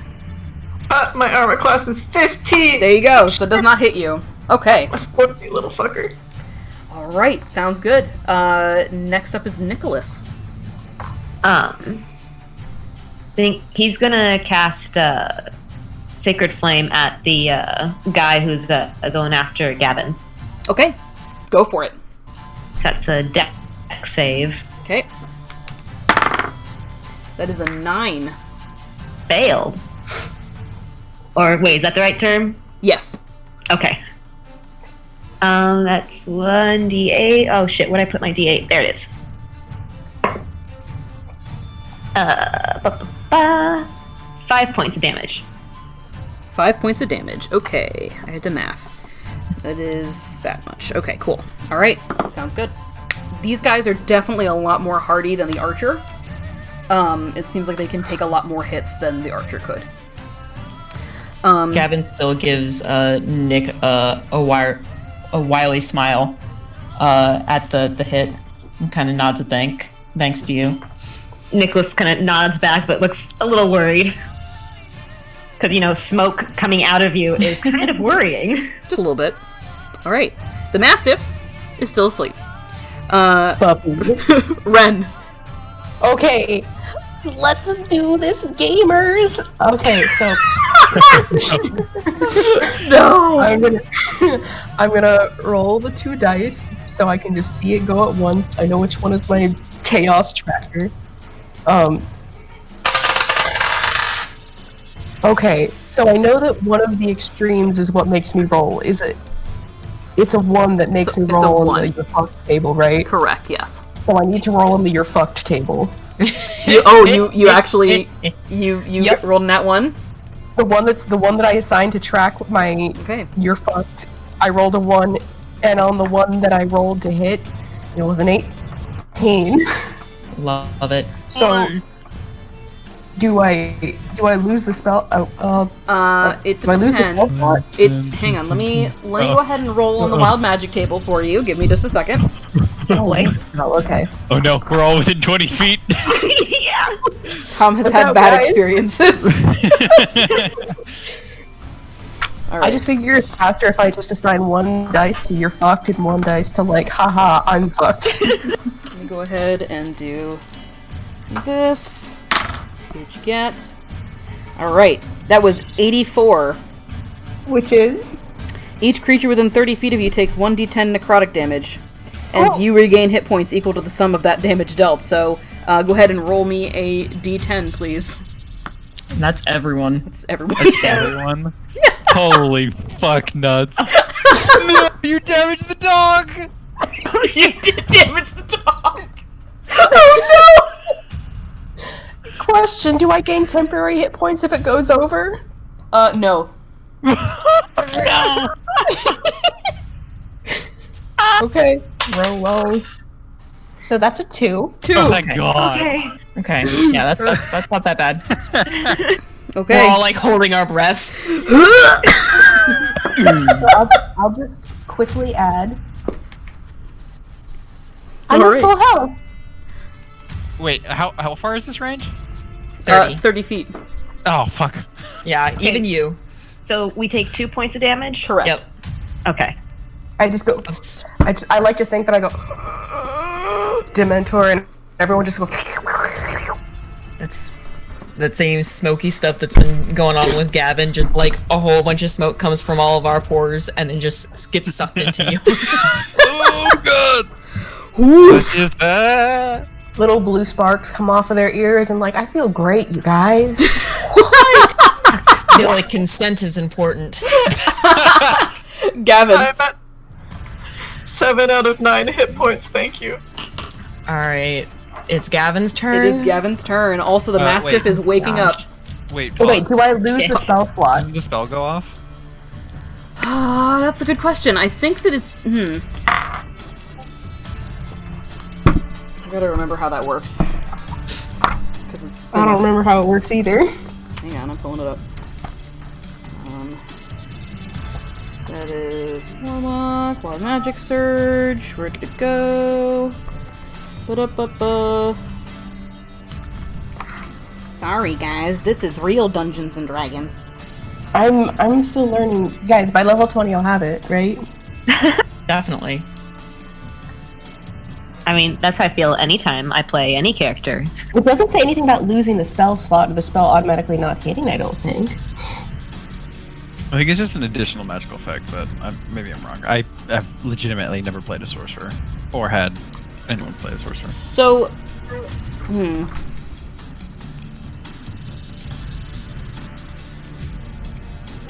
This is a good question. How we setting the rules, Nexus? I feel like it would be broken for you to do both. Yeah. I think it's that... I'm pretty sure that it's either you cast it properly or it goes wild. That makes sense. Yeah. So do I lose the spell slot? Yes, you do. Because you still technically cast a spell. It just it went out of your control. Nice. Okay. Thank you. You're welcome. All right, Gavin. Alright. Reeling a little bit from having that necrotic energy taken from me and not in a good way, Gavin's gonna go ahead and pull out the bottle of alcohol that he had and take a big swig after, his comment about consent. and is gonna cast False Life on himself again. Okay, sounds good. Yeah, for Max! Nice. Guys, I'm a tank. Woo! That's good because the dog's awake. Yeah. Yes. Oh, what was I at? Oh, the pupper. Oh, the pupper. Can't wait until I have to like roll on the magic table once a turn, once a fight. I have so many fucking spell slots. You'd be surprised at how infrequently it happens, though. Then again, now that I say that, Did you jinx us? maybe. Step. Oh, well, I have no wood to knock on, so step on the gas, I guess. Step on the gas. All right. Is there anything else you want to do, Gavin? Was it just that? I have no bonus action, so I just take a swig. You can see the smoke coming out from the bottle and kind of going back into the body, and I just kind of like do that whole like not staggering because he's not drunk, but you know the whole "come at me, bro" at the Amon in front of me. Sounds good. Okay. Val. I take both my daggers and I stab them into the thighs of the guy who just turned around on me. Okay. Alright, can I roll higher than a 4? You can do it. First attack is a 21 to hit. That definitely hits. Roll damage. Okay. That is a 5 points of piercing damage. 5 points of piercing damage. Nice. Okay. Second dagger. Ooh, it's a natural 20. Wow. Okay. Okay, so I gotta subtract the extra damage. So it's 4 points of damage with the second dagger. 4 points of Is that damage subtract- total. Yeah, Okay. subtracting off the modifier. Okay. Sounds Just good. a dagger. It's just a D4 that's been doubled. Sounds good. Okay. All right. Sounds good. Okay. He's still not down. God. Yeah. The Miri automatically hits. She continues to just shout out insults at people. She's gonna go after the one that Gavin is attacking again. So that's gonna be 4 damage. Good job, Miri. Doesn't that also make it so he has disadvantage to attack me? It does. Yes. Woo! Cool. That happened with one of the other ones as well, but it didn't really. It was only Archer. Didn't help. So yeah. Okay. So there we go. Tilly. I am a stabby. Okay. I'm gonna get a 24 to hit. Thank God. I'm gonna hit him for 7 damage. 7 damage. Okay. Let me just do a quick math here. Hang on. Okay. He is not looking so great. He's looking pretty bad. Okay.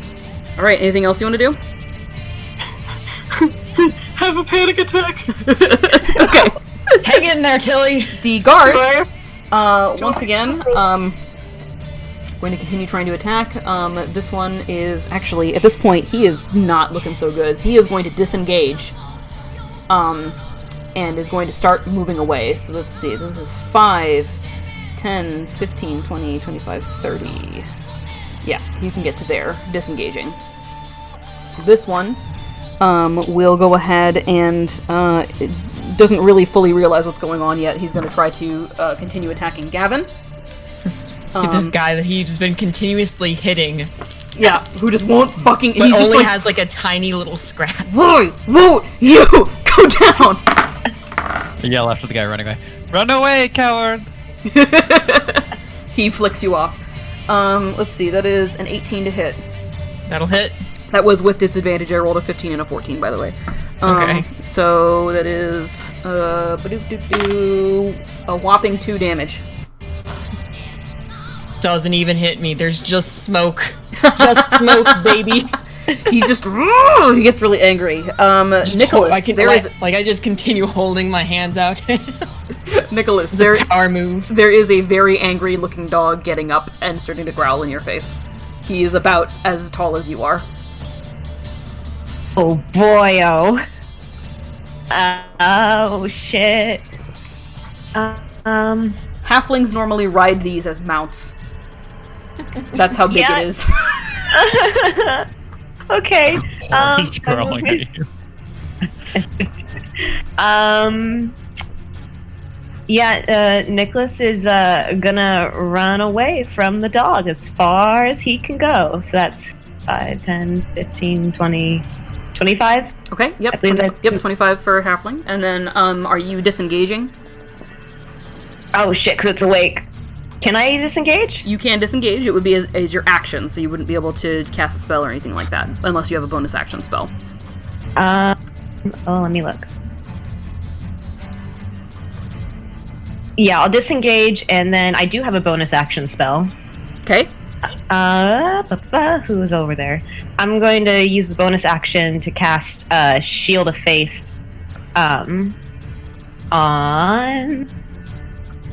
Tilly. Aww! Thank you.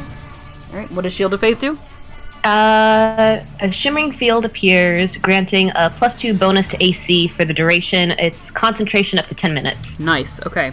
Alright, sounds like a plan. And Tilly's gonna need it, because the Mastiff is going after her. Yay! So, here comes the Mastiff. Alright, Mastiff, that is going to be an 18 to hit. Oh god, with Shield of Faith I was only 17. Oh boy! Oh. Goodbye, So the dog, sweet sorry, world. the dog moves up first of all. He's gonna move up here. And is going to...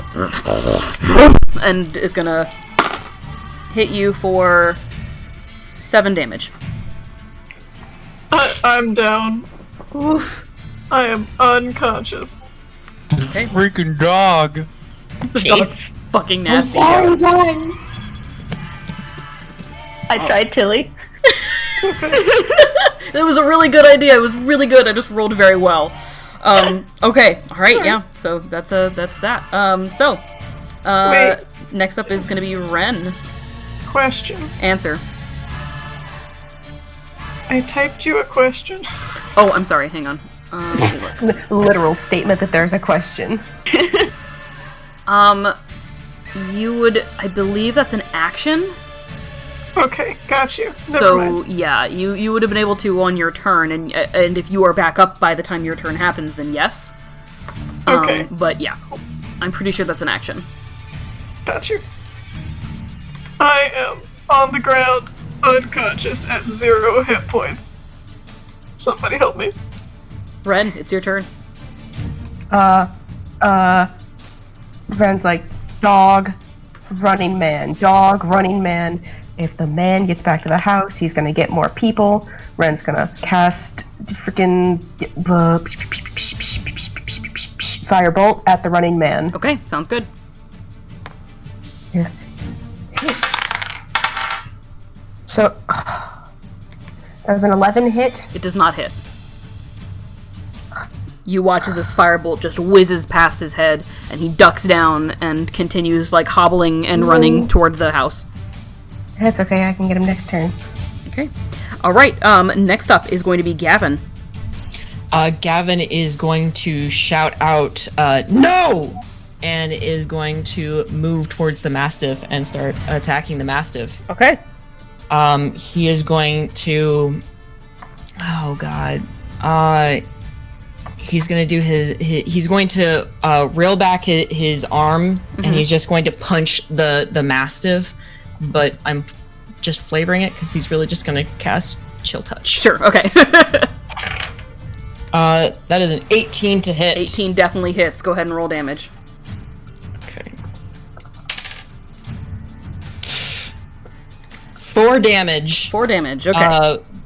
But you can see smoke being zapped from this creature, and he cannot heal. Not that he would, but he can't heal. Sure, okay. Alright. And he's going to try to get this thing's attention on him. Okay, sounds like a plan. Great. Okay, Val. Freaking dog. I'm using a thing that Matt Colville taught me. You can thank him for the way it I'm is. gonna scoot over, jumping over Tilly's body, moving around behind the dog, and then I'm going to attempt to stab it twice with my daggers. Okay, So- sounds good. You have advantage You have because advantage you're flanking. to flanking. Yeah. Okay, first one to hit is 23 to hit. Definitely the hits. second one to hit is a 14 to hit. That hits as well. Okay, cool. So the first one deals 6 points of piercing damage. Okay. The second one deals 2 points of piercing damage. The dog goes down. Oh, thank God. You just Jab the 2 daggers into it and go, oh, bad dog, bad dog. bad dog, bad dog. So we can never revive Shivala if she dies. All right. You're the one who woke it up and then got her killed. Tilly killed. All right. Now let's get them to the boat. I've still got the one. You still got the one. Yeah. At around this time, you can start hearing shouting coming from the house. All of you make perception checks for me, please. Perception check. 14. Jesus Christ. 14. Perception. 6. Unnatural 20. Okay. Each time I've rolled a perception, I've rolled really good, but I have a -1 to it, so I don't understand why. Oh, no. I got an 18. Okay. Great. And then Ren got a something low, right? 6. 6. Okay. And Tilly is unconscious. Okay.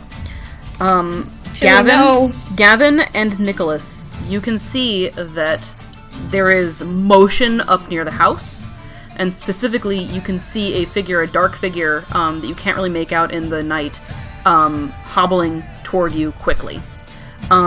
Tilly, I need you to make me a death save, please. Woo! Wait. Roll a d20, baby. Yay! I rolled an 18. All right, that's a save. That's a save. So it's 1 save of 3. Okay. The guard. First of all, this one is going to run basically off the map at this point. Okay. So let me just he fucks off. I'm sorry. I'm sorry if I missed this. Did Miri do something? I forgot. Oh, I forgot. Miri should have done something. Yes. Good call. She automatically hits because you hit, and I have her attached to you right now. So she will go ahead. Yeah, it's nice the way that the NPC like companions work is they are attached to a specific person. If that person hits, then they automatically hit with their signature attack. And if the person they're attached to does not hit, then they can still roll to see if they hit. Cool. So Miri does another 2 damage, we'll say, to the one that's still attacking Gavin. So that is that. Okay, cool. Okay. Either way, she wouldn't have been able to take down the guy that was running. The one that is attacking Gavin, kind of seeing what's going on, is going to, there's a commotion going on in the house, is going to disengage and start heading back in this direction. Coward. Let's see if it was 5, 10, 15, 20, because he's diagonal, and he's just going to stand right there and be on guard. He's going to hold his action. He's going to hold his action. And then Nicholas. Well, he used his action to disengage. Right, he did do. Yeah, you're correct. Never mind. So he just runs over there and looks like he's on guard. Nicholas. Seeing Tilly go down, he's gonna run over to Tilly and just under his breath, shit, and cast Spare the Dying. Okay. Can I also just yell out? I don't know if that's an action to yell out that we need to go. That's not an action. That's just a free thing. You can just say that. Cool. Then I'm gonna yell out to everybody, very panicked. We need to leave now. Okay. All right. You yell that out. As you all start to converge and start to head toward the dock in any kind of menacing manner that you would like to, given that there's still a guard there, and the round resets. Give me 2 seconds. I'm unconscious, right? You are unconscious, but you are stabilized, so you are no longer dying. Oops. Somebody pick my body up. I will. Hell yeah. You smell like stinky pee. I smell like teenager. You can like see. stinky pee. You Smells can. like Teen Spirit. I need everybody to make a wisdom saving throw, please. Oh, Jesus. Uh-oh. Oh, I'm great at this. Oh yeah, -1 wisdom. Let's go. Well, I'm not bad at them, but I did roll a natural 1. Okay. So. I did too! Okay. 11 for Gavin. Okay. 9. Conscious. But I want you all to know that I rolled a 17 before I remembered that I was unconscious. The wisest of us all. Oh the no. teenager.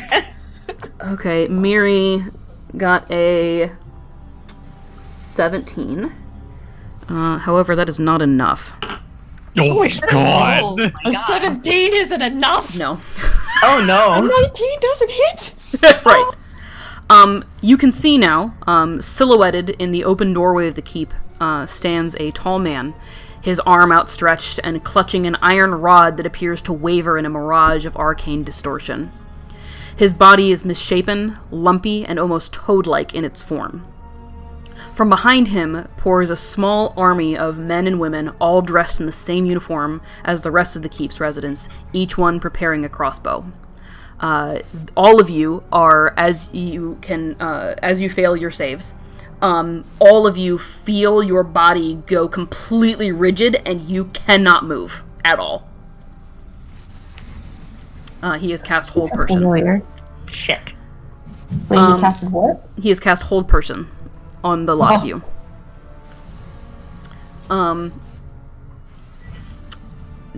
This small army of men and women form a semicircle around your group, and they stay about 65 feet away from you.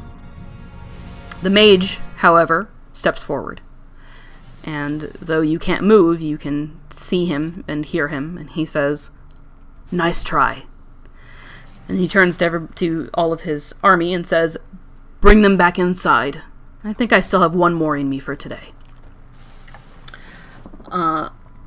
For your edification, as players, I am dropping you into a cinematic. So, here goes the ride. Buckle up. The little black bars appear on the screen. Yeah. Let me click in. Click. You are all rounded up, and while you are still frozen, you are bound, this time with your hands behind your backs, and you are dragged back inside toward the keep. Can I just say that I'm in the least convenient position possible to be frozen, just on the ground, outsplayed? After a little while, once they have you completely bound, you do, all of you feel the spell kind of ends, and you shrug it off. They also, they slap Tilly awake. You are at one hit point. Everything hurts. Yes, you are mauled by a dog. Like I said, those of you that were affected by the spell, which is all of you, shrug it off as you are dragged back to the keep. A guard seizing each of your arms in a vice-like grip. Let me go ahead. I gotta change the music again. Hang on. The mood music. Oh, listen, I got some good-ass mood music. We Hell stay yeah. a whole ass Spotify playlist. The misshapen mage leads the way, stopping at a locked door, which you remember passing earlier, but decided was unlikely to bring you to any closer to escape, as the door beyond is, for the room beyond is further inward. He unlocks the door with a wave of his hand and opens it, and all of you, at once, are hit with the smell of blood, death, and rot as you enter. If anybody wants to give me, just briefly here, a nature or an arcana check. Okay. Let's see which would be better for me. 19 Oh, they're arcana. the same. I keep forgetting nature is an intelligence thing.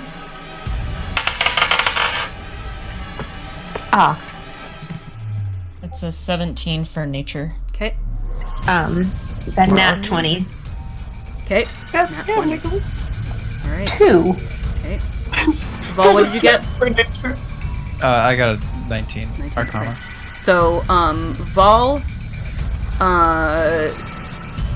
Gavin, and Nicholas. You, looking over this man, this music is just a little bit more intense than I thought it was going to be. Let me just fix that real quick. Let's do this. Hang on. I apologize. Kind of look over at Tilly just to check to see how she's doing. Tilly looks like shit. There is blood dripping from her arms, from her chest, from near her, from her clavicle.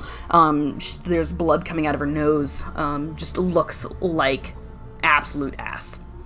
Those of you that I mentioned before, so that would have been Vol, Nicholas, and Gavin, looking at this man, this mage, you can see he looks vaguely human, but in the light, it's not even just a trick of the light, the fact that he's misshapen and weird looking, it's and almost toad-like in his appearance.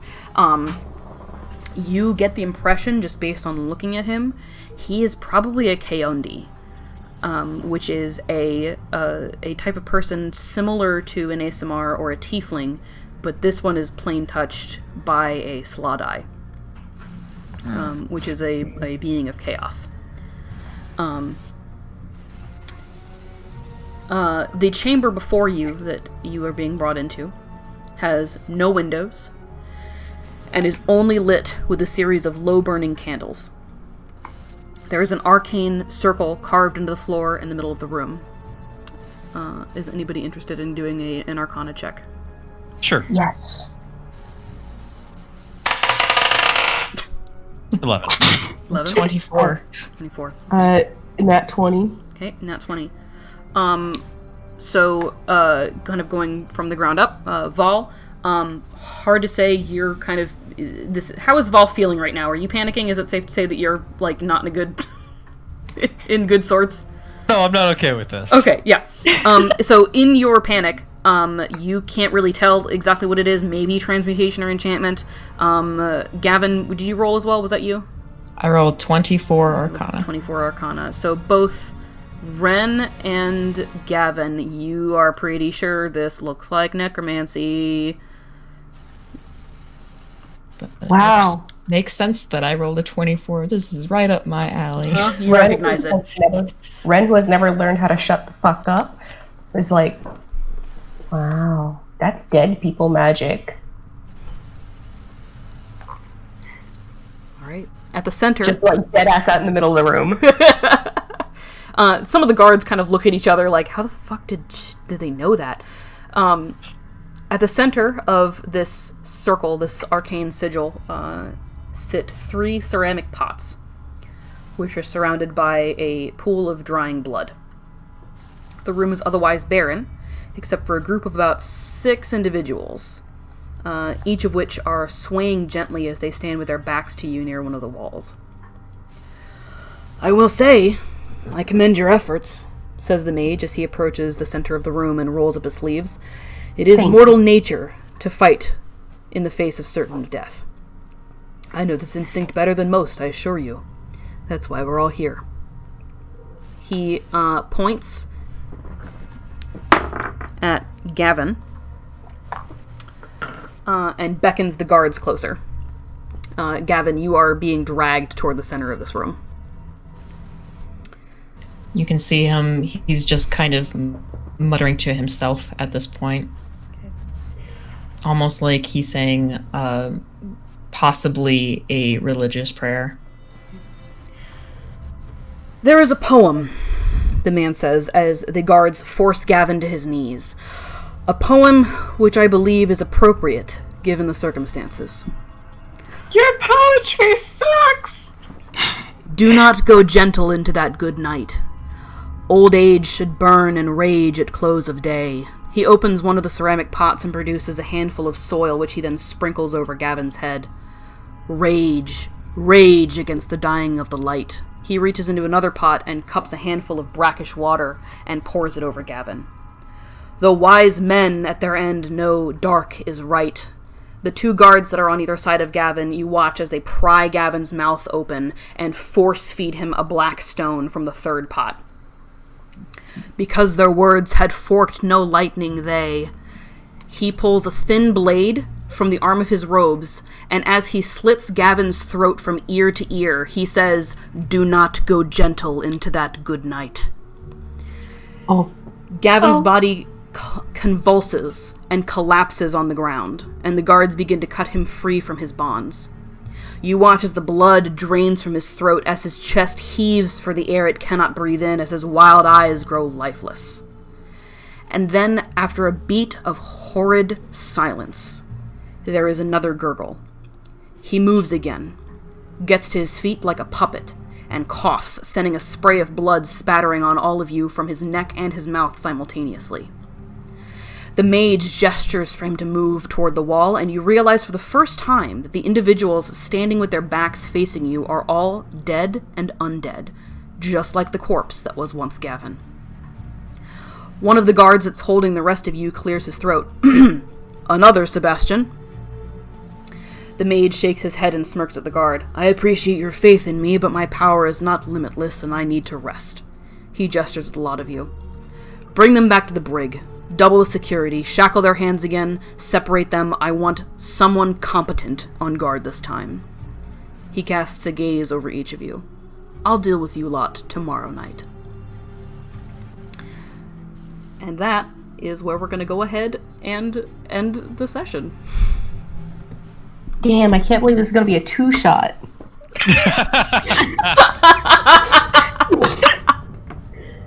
Rest in peace, Gavin. Michelle, thank you. It was fun playing with you. Thank you for playing along with me on that. Yep. I also felt bad toward the end. Red. I will play him again at some other point. Ooh, I Hunky like Dragon Man. Oh no. Hunky Dragon Tattoo Man. Dead ass dead? Like, dead He's dead. Like, He's dead. Oh, he's dead. We gotta get Yeah, him his throat is slashed. He dead. Alright, Oh, squad, no. it's time to start hunting for diamonds. We have 60 seconds. I will like to add the slight flair of while I was convulsing and whatnot, my tattoo was glowing. What the hell? And there was like smoke swirling around. Oh god. Just due to my own necromantic magics. Okay. Oh my god. That could have been any of us. That, so in the interest of full disclosure, I did mention to you guys that I do run a low lethality game. This is something that I had planned ahead of time with Michelle. Yeah, she asked me, you want to make a character that I'm gonna kill? And I was like, sure, and then I got attached. Oh no.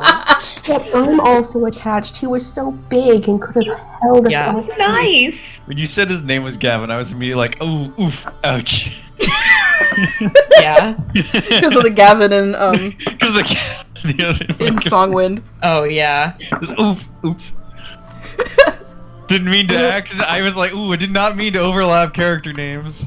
Thankfully, you won't have to. Oh well, he's dead.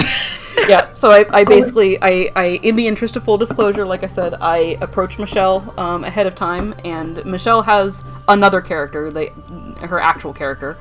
Her that actual will be... character is a hunchbacked mage who specializes.